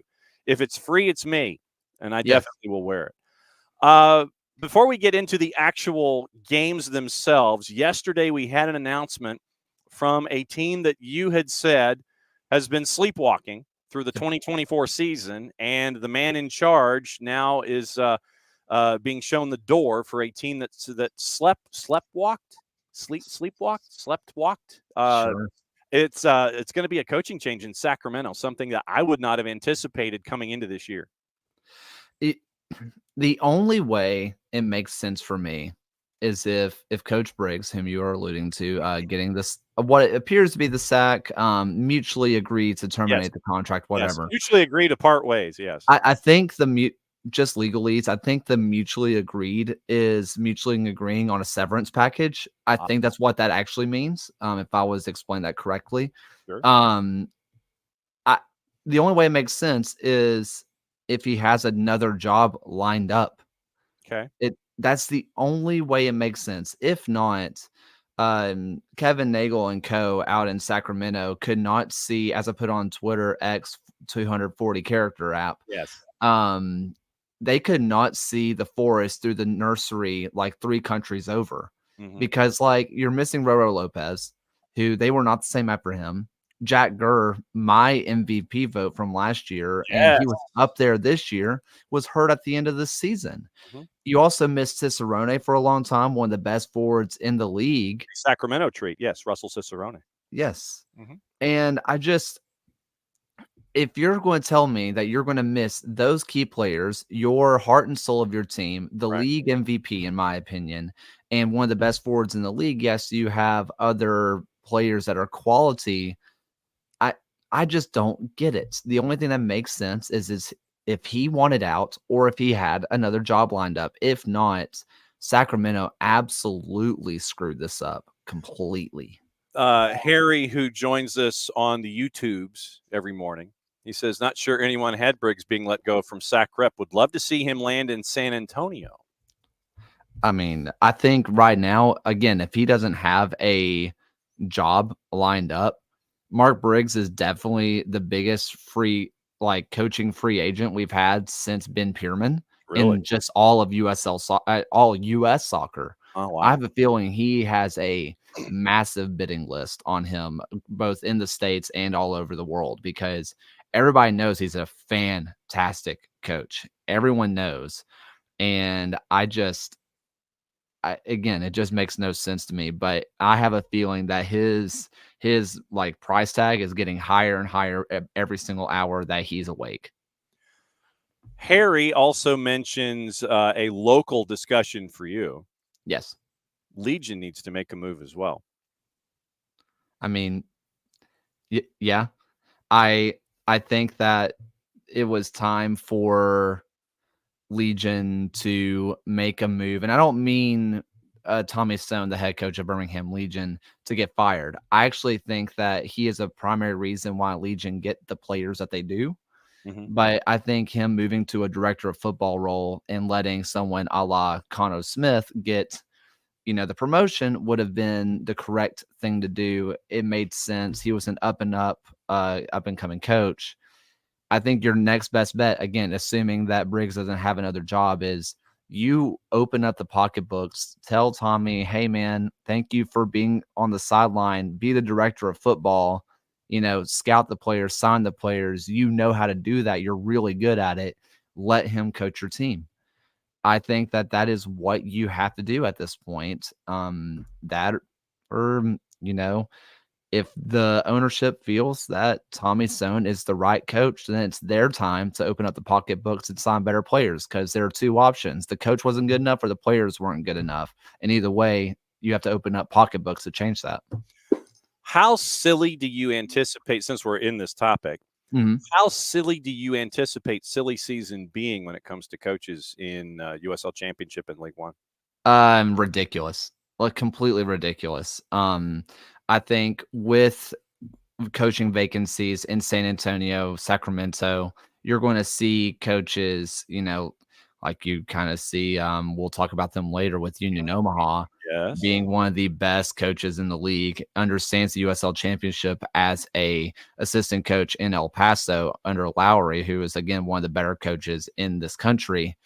I think that's going to be interesting. I think, especially with Hackworth in St. Louis, kind of changing roles, I would not be shocked if there is one Danny Cruz who makes his way over to St. Louis. I think we talked about that one before. Yeah. And if Louisville opens up, I mean, we have seen in just signing players, I mean, they broke the USL transfer record in getting Goodrum, and he's arguably not even the best striker on the team, but they can because they can.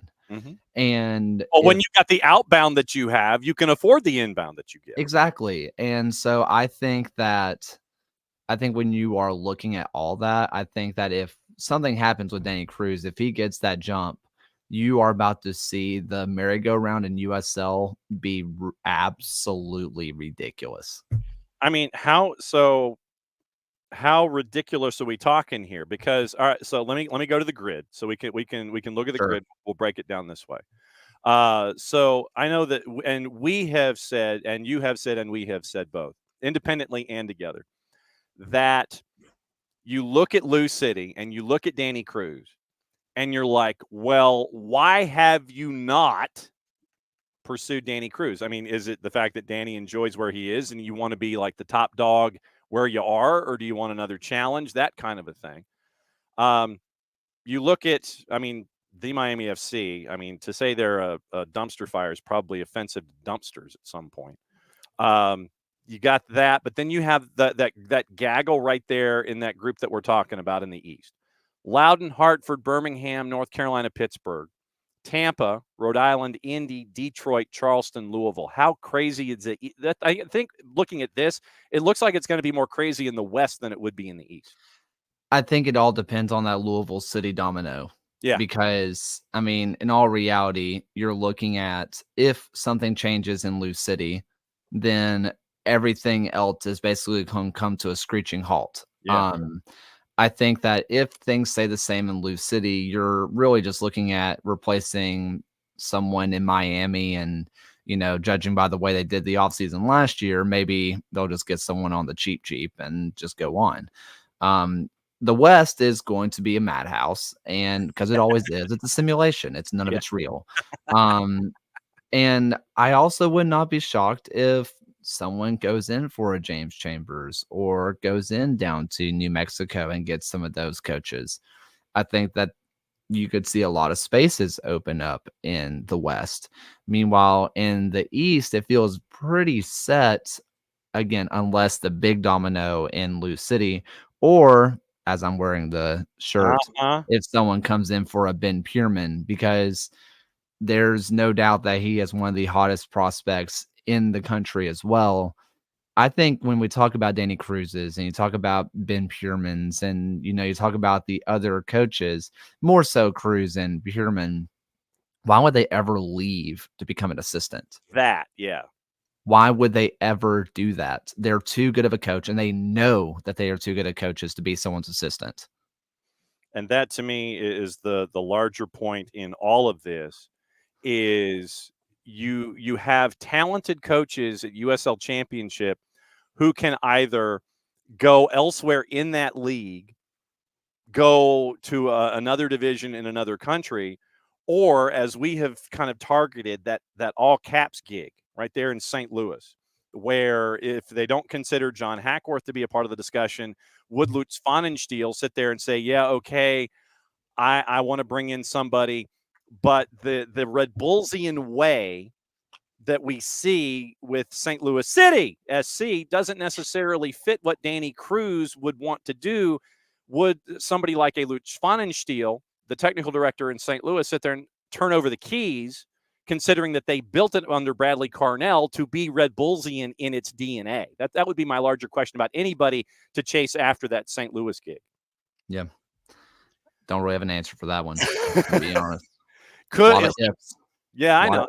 Would Pfannenstiel want to turn the keys over philosophically? That's the biggest thing. Wilmer Cabrera's coming back for another year in El Paso. Mm-hmm. You saw new coach bump. Then you saw them kind of level out a little bit after the early excitement, and then they won. They were unbeaten in 3 of their last 5, heading to the finish line.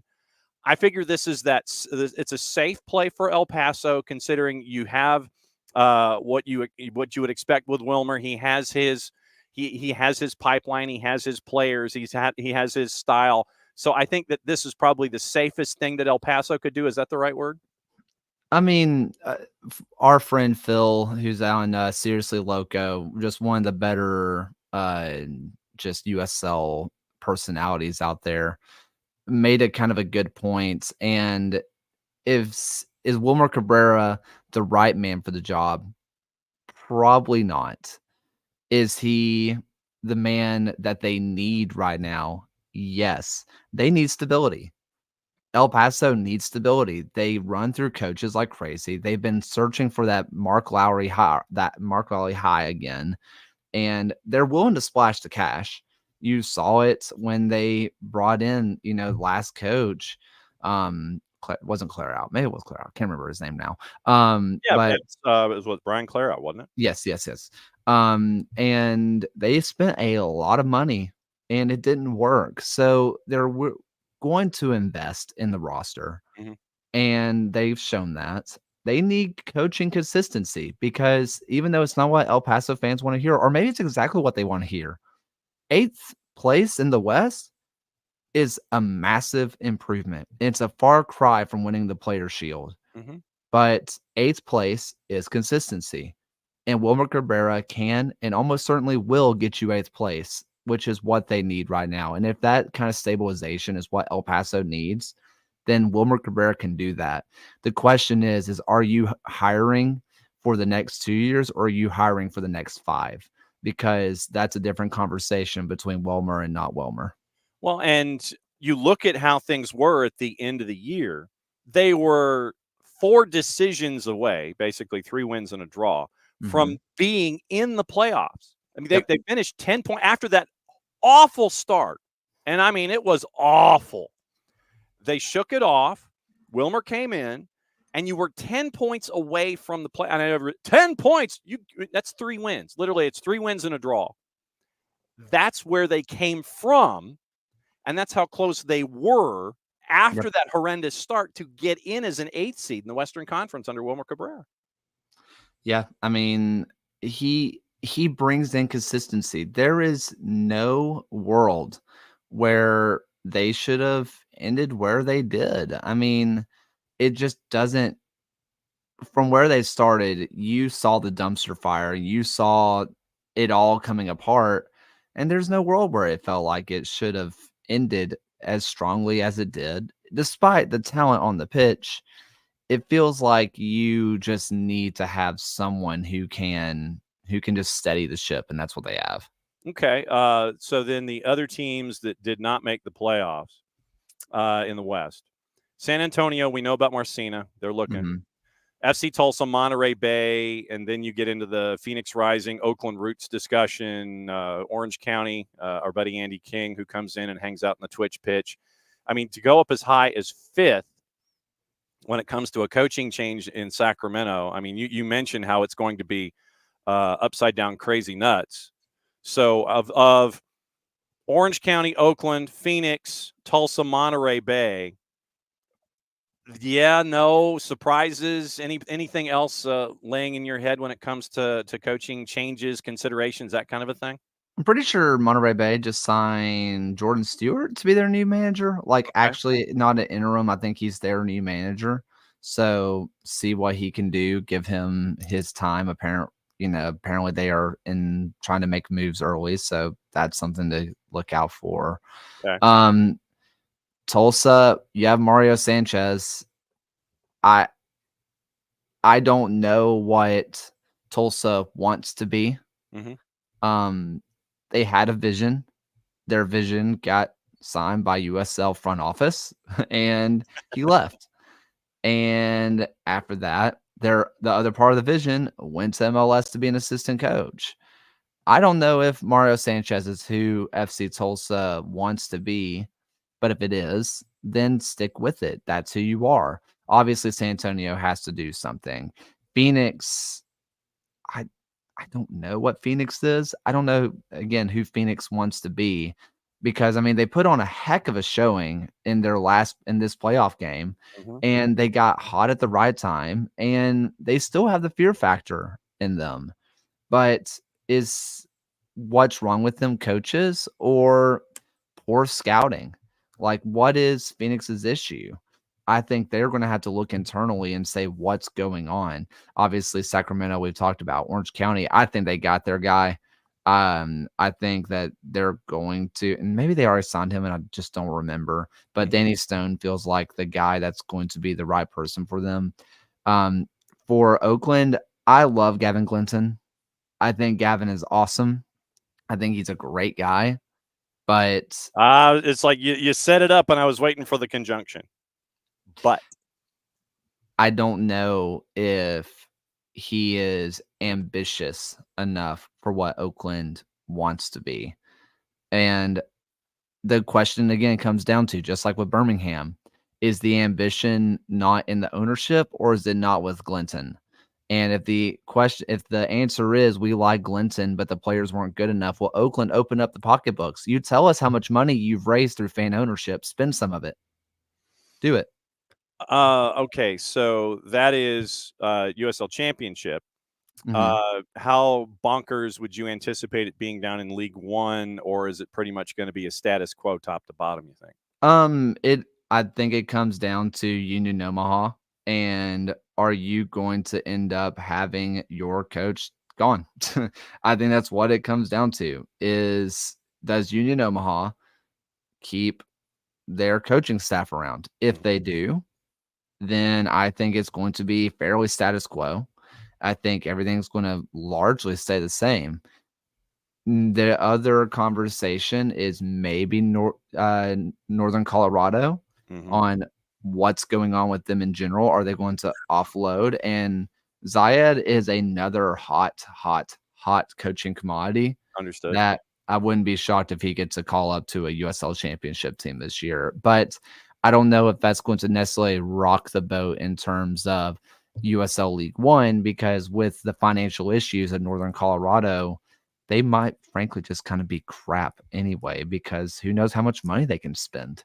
Yeah. Since you opened that door, let's go there. We talked about the situation on this show about Northern Colorado before, and we've done required reading for Mhm. local investigations about what's going on up there at Four Rivers and that whole complex. There were published reports that they were having problems meeting payroll at points this season, that the league was helping out because that's where the leagues has the emergency contingency fund or whatever you want to call it, where they can sit there and help out in situations like this. From what you have been able to glean from your sources and your information elements, what is the situation up there at Four Rivers? How dire is it? And with teams coming in, does that offset what may or may not happen with Hailstorm? How bad is it, basically, from what you've been able to glean? I mean, reading tea leaves and reading between the lines of interviews that coaches and players have done, it's all but confirmed all the rumors that you've heard, that players, coaches, whatever, they never outright said they weren't getting paid, but they mentioned hardships that were happening behind closed doors, and that lines up very well with the rumors. You see that a judge pretty much stopped the attempt to shut down the Future Legends complex. Yeah. So the bankruptcy judge basically said, no, you're not getting out of this one, which means NOCO has to kind of exist for them to get any money back. Yeah. They can't shut down the team Mhm. to try to do that. Now, the question is will they possibly go down to League Two, a la, Tucson, FC Tucson, Right. to try to save money on wages and continue to build. And then when they can stable enough to come back to League One, they do that. Tucson hasn't done that yet, even though they're only supposed to be gone for a year. So you can see how scary of a proposition that can be. But judging by the financial issues they have, you have two options: be the cheapest team in League One or drop to League Two, because you're not going to get out of building the stadium. You're not allowed. The Yeah. judge said no. So you might as well try to recoup any money that you can. Yeah. Keep an eye on that for us as we go forward. Got a question from Harry down in San Antonio. Yeah. Any chance Lilly gets moved from Pittsburgh? He is one of the GOATs, but for Pittsburgh, do they try to move on to see if they can take the next step? Pittsburgh needs to look in the mirror and realize that their pocketbooks are the issue. Stop trying to be the Tampa Bay Rays and do everything on the cheap, because they know that Lilly can make anybody good. Mm-hmm. See They the know second that. half of this season. Yes. And they know that. So they don't spend money because they know that they will make the playoffs, a la Tampa Bay Rays. But guess what? Like the Rays, they haven't won. They haven't won at all. And because guess what? Payroll matters. The best players matter. And I think if they move on from Bob Lilly and keep the same payroll, good luck being bottom dwellers for the rest of your time, because you're not getting a Bob Lilly. If they managed to move on from him, if they said that it's your time and it was not his choice, and they don't open up the pocketbook, it's not going to be good for the Riverhounds. And I think they know that. Getting into the playoffs, well, it's time for our bracketology part, since we have now gone into the second half with you at Kaylor Hoges at the USL show. When's broadcasting, by the way, for the at the USL show? 9 p.m. Eastern Standard Time, 6 p.m. Pacific Standard Time every Tuesday night. See, there we go. All right. So in the East, no shock, but it was a tight one, as you had anticipated. You thought that maybe the 8 could nip the 1, but they didn't. Lou City advances to take on Rhode Island FC. J.J. Williams hat trick. I did not have that in the bingo card as a way for Rhode Island to knock off Indy. Thought that might happen in the 4-5, that Rhode Island would advance. They do with J.J. Williams. Tampa Bay, the 3-6, they go to Keyworth and get the win. That, I think, was probably one of the surprise results of the weekend in USL Championship. And then Charleston in the 2-7 gets the win. So it's Lou City hosting Rhode Island FC and Tampa Bay going to Charleston. Yeah, I had, if people want to go back, and I've even said this on the show, I only had one lock of the week. I thought that everybody was on upset alert except for Detroit. That was my only lock, and I was wrong, because there is something about playoff Jordan Farr that is ridiculous. I mean, he is just one of those big-time players. He just seems to do it at the biggest, like the highest level. It's so impressive. And for them to hold off a Detroit City team that really had Tampa Bay on their heels, I thought that was great. I saw kind of this North Carolina result coming. A lot of people said that Blue City was going to thrash North Carolina. I begged them to watch any of the matchups they had against each other because that's just not the case. North Carolina is one of the best teams to match up against Blue City, but Blue City prevails because Blue City prevails. That's what they do. Mm-hmm. You know, Rhode Island, I think a lot of people saw that coming in terms of winning, but Indy put up more of a fight than I thought they would. I didn't have a JJ Williams hat trick in my book either, but arguably Zach Haribo was the best player in that match. He's not going to get the flowers of a hat trick, and obviously why, but Zach Haribo created almost all of that. Same with Noah Fuson, who is so good. And I think that you are left with, barring Detroit City, but we're getting a really good version of Tampa Bay right now. You're getting the heavyweights out in the East. I think these are the teams that when you looked into the playoffs and said, who are the scariest teams that you don't want to play in the playoffs, you're getting them all in the Eastern Conference semifinals, and that's awesome for the league. No doubt. You got all the blue bloods, Lou City, Tampa Bay, Charleston, and the new kids in Rhode Island. On the left-hand side of the bracket, you've got New Mexico United. They come through. Makwele Akale gets the late winner. So he goes from Tormenta to New Mexico United and continues to shine, going up a level in USL Championship. So New Mexico United goes through, knocking off Phoenix Rising. Vegas in the 4-5 might have been the last straw probably for Briggs in Sacramento, losing in the 4-5. So Vegas goes through. See what happens when you invest.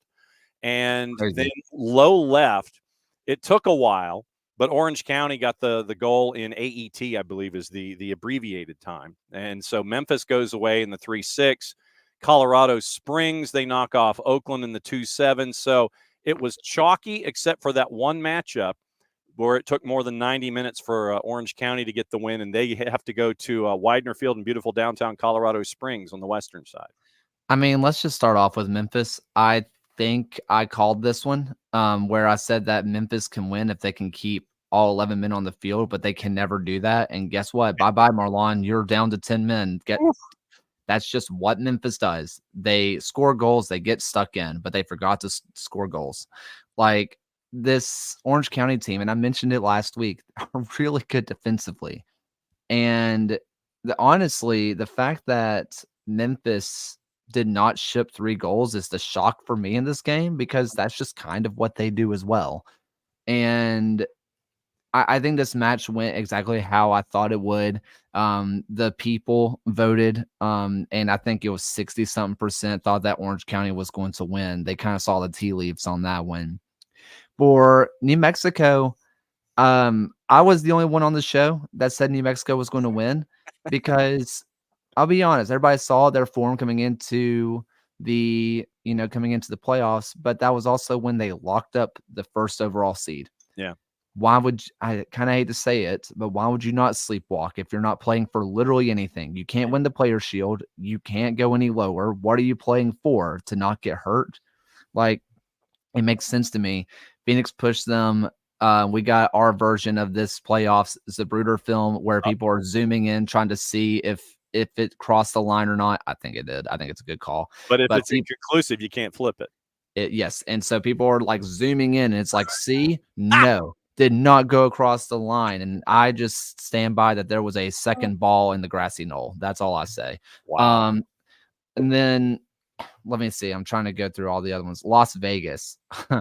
Like, they survive. They go through penalties. They survive it. And again, it just shows you how far they've come.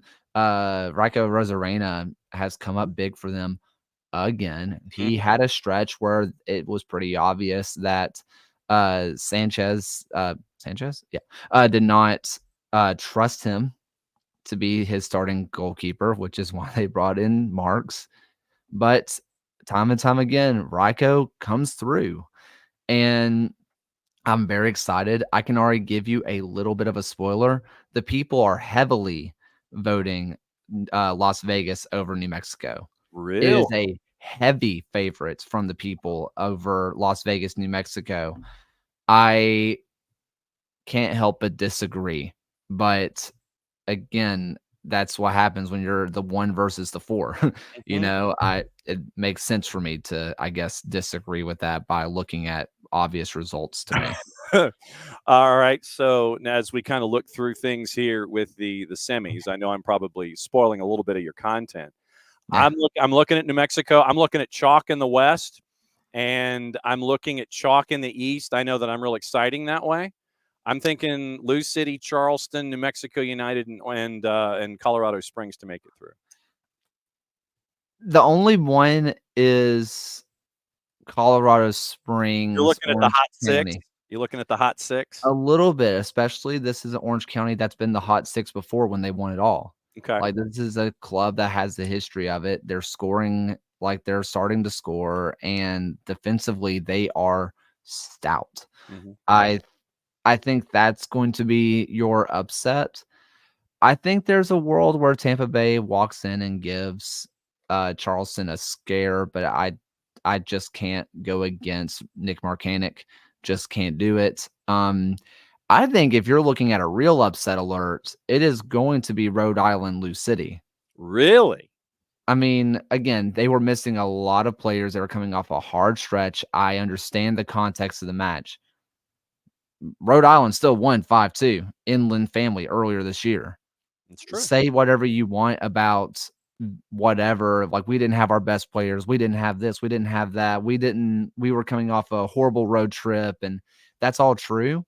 But you can't take away the confidence that gave Rhode Island. Yeah. They're not afraid of Lynn Family Stadium whatsoever. Nope. And that's half of the fear of Lou City is fearing Lou City, and they don't. I think that if you're looking at any upset, it is going to be this Rhode Island Lou City.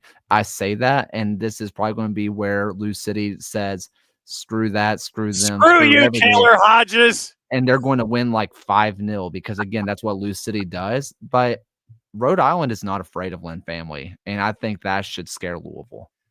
In League One, left-hand side with chalk, Los Bujos make their way through, and once again, Lagos Kunga seems to be thriving in USL League One for Union Omaha. They're going to play Greenville in the 4-5. Forward Madison in the 3-6 knocks off Charlotte, and then you had your one shocker. Spokane goes to Four Rivers and knocks off Northern Colorado. The people were wrong on this one. Wow. On our fan vote, 95.9% of people had Northern Colorado winning that game, and Spokane killed them. Wow. It's not going to continue. Ford Madison's going to win, but it's a cool story. Meanwhile, like, the people were also wrong about Greenville. I voted Greenville. I thought they were going to move on, but I mean, one Knox proved a fight, but death taxes Liam McKinnon. He is Golden Boot winner for a reason. Like, that's what he scores goals. I think this is kind of the matchups, barring a little bit of Spokane winning, that as a fan you wanted to see, because you get one of the bigger rivalries, barring your Henny Derby. Except for the Henny Derby, you get the biggest rivalry in the league, which is Union Omaha versus Greenville. Greenville will travel for this. They're going to have an away contingency. Ooh. And on the other hand, you almost had Northern Colorado versus Ford Madison, a Jägermeister rematch, which would have been just so good. I think that we are going to be looking at Ford Madison in the final for a second straight final of a Jägermeister USL Jägermeister USL League One final. Greenville, Omaha, I don't know. Wow. You want to sit there and say Union Omaha. Yeah. Because obviously, but this is a good Greenville team who's finally getting hot again. They're getting their confidence back. And this is a rivalry game. They know that there's a belt on the line. I understand that people will say the belt doesn't go over in the playoffs. Yet everybody knows that this is a rivalry game. Whether the belt changes hands or not, who cares? It's going to be a rivalry game. I think that away contingency is going to give Greenville a lot of confidence. Reedy River Riot. Say it 10 times fast. All right, one more time before you turn into a pumpkin and have to go back to work. What's the USL show? Give me the times. It is. The USL show goes live every Tuesday. Podcast gets uploaded the next morning. USL show live at 9 p.m. Eastern Standard Time, 6 p.m. Pacific Standard Time, or check it on every single podcast platform the next morning. It's a lot of P's. Never going to work for me. No doubt. As always, my friend, great to see you during the playoffs. Great to see you during regular season as well. But these weekly things where we get to keep up on everything USL Championship and League One. Great to see you, my friend. And don't get in any trouble. If I kept you from any kind of work, blame me. Just sit there and like, look, meeting ran long. I don't know what happened. They just kept talking. They wouldn't shut up. So blame the meeting, and we'll catch up with you next week, my friend. See you next week. There goes Kaylor. So tonight, 9 o'clock. 9 o'clock, go to at the USL show, and you can listen to them, watch them, and have all of the in-depthian stuff. That is the official term. In-depthian stuff when it comes to USL Championship, USL League One. It's always great to pick Kaylor's brain with everything going on there. All of the on-the-field stuff with the you're getting closer to championship games. The off-the-field stuff, because silly season, you had a lot of big franchise names. San Antonio and Sacramento have coaching changes. They're looking for new dudes. And so the fact that we got to talk about that this morning, possibly Pittsburgh, Loose City, the dominoes at the top dictate what could happen down low with the rest of USL Championship and USL League One. So very, very cool stuff there with Kaylor as always. And so it's great to catch up with them and great to catch up with him and everybody there. So before we get out of here, once again, we'll take the tour and see if there's anything that we might have missed when it comes to news and notes. Arthur Blank came out with a statement this morning about the passing of Bernie Marcus at the age of 95.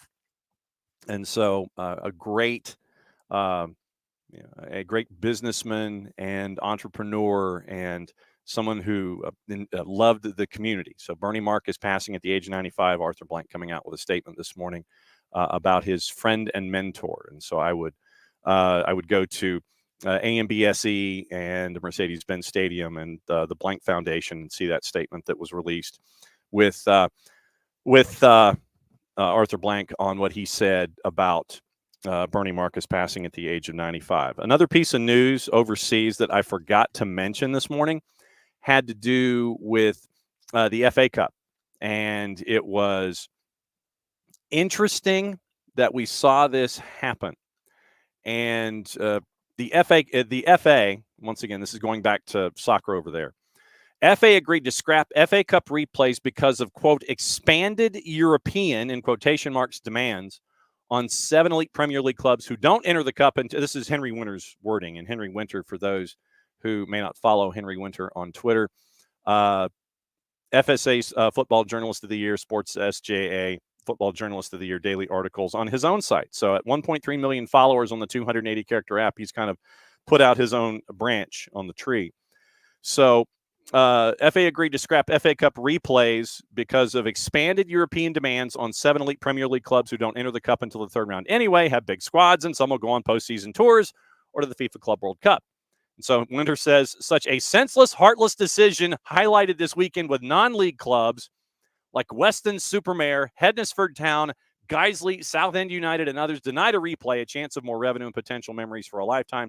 Cup is a great competition, a historic institution that should be cherished and better protected. The game is about David as well as Goliath, # FA Cup. But going to the beginning of that, so the FA is scrapping replays because of the Premier League club's involvement, but they don't show up until the third round. But the FA has decided to scrap replays. So keep an eye on that as well going forward as a part of your discussions on the day. Once again, let me check one more round. We'll see what's going on. And if you're looking for updates on Ruben Amorim, you can check our friends at Sky. They're kind of breaking down Amorim ball to kind of keep an eye on what's going on there. Martin Odegaard back training for Arsenal after a 2-month absence. And so that's big news for them.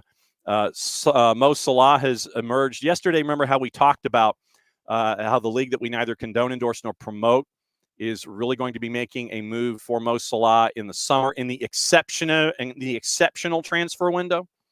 Looks like now, according to Sport, Barca is now in the running for Mo Salah. Once again, Salah willing to change teams. Deal is now feasible ahead of the summer. Contract set to expire at the end of the year. Free to negotiate pre-contracts with foreign clubs January 1st. So keep an eye on that. Manchester United, according to Talk Sport, plotting a fresh move for Jared Branthwaite. Everton rejected 2 bids from United in the summer. Club set to reignite their interest in the 22-year-old in 2025. Sporting director Dan Ashworth believes Branthwaite would suit Ruben Amorim's playing style well.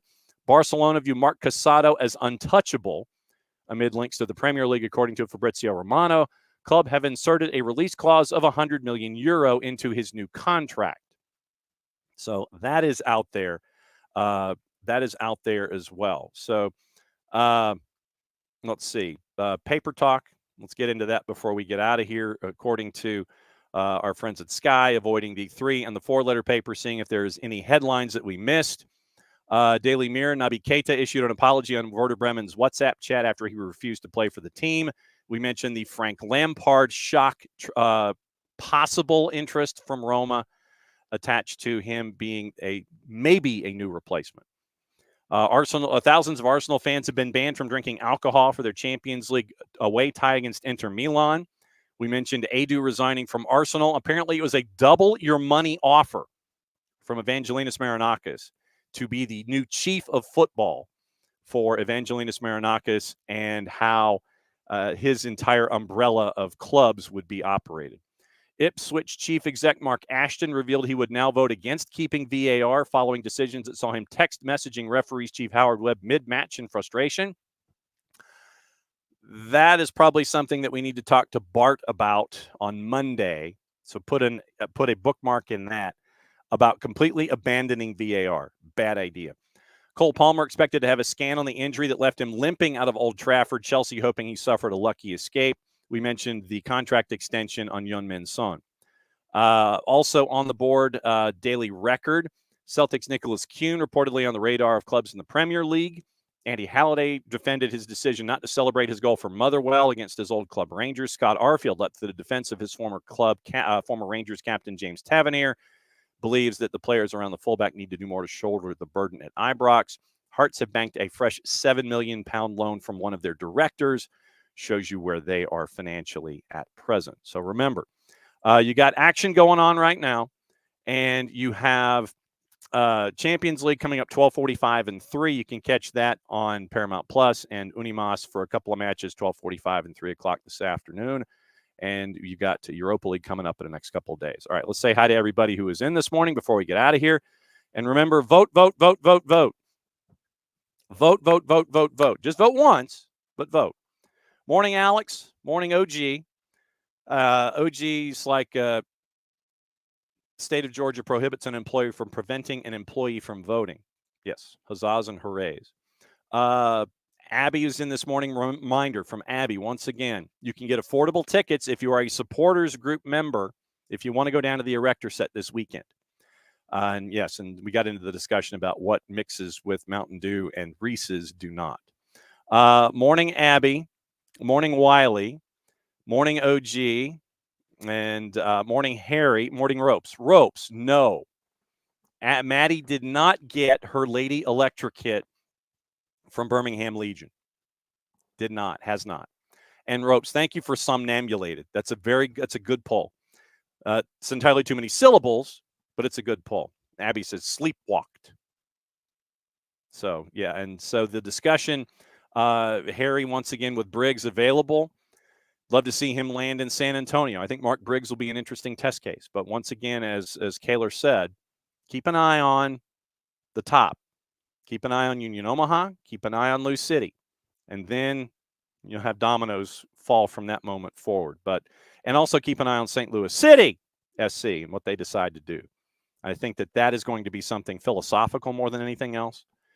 You've got to do something that is Red Bullsian based if you are going to be there with the Lutz Pfannenstiel. Maybe it will be John Hackworth. So we'll see. Let's see. So, and Abby definitely, as the Fort Lauderdale Strikers fan amongst all of us here in the Twitch pitch, Charleston better beat Tampa. Please. So that's where we are. Once again, tomorrow, it is the Atlanta United coverage, the Reporter Exchange program. Tyler Pilgrim joining us at 9:15 from Scarves and Spikes. Jason visited last night on MLS Monday. Congratulations to Sydney Hunt, by the way, over at Scarves and Spikes on his recent engagement. Doing a thing. Mazel tov to you crazy kids, Sid.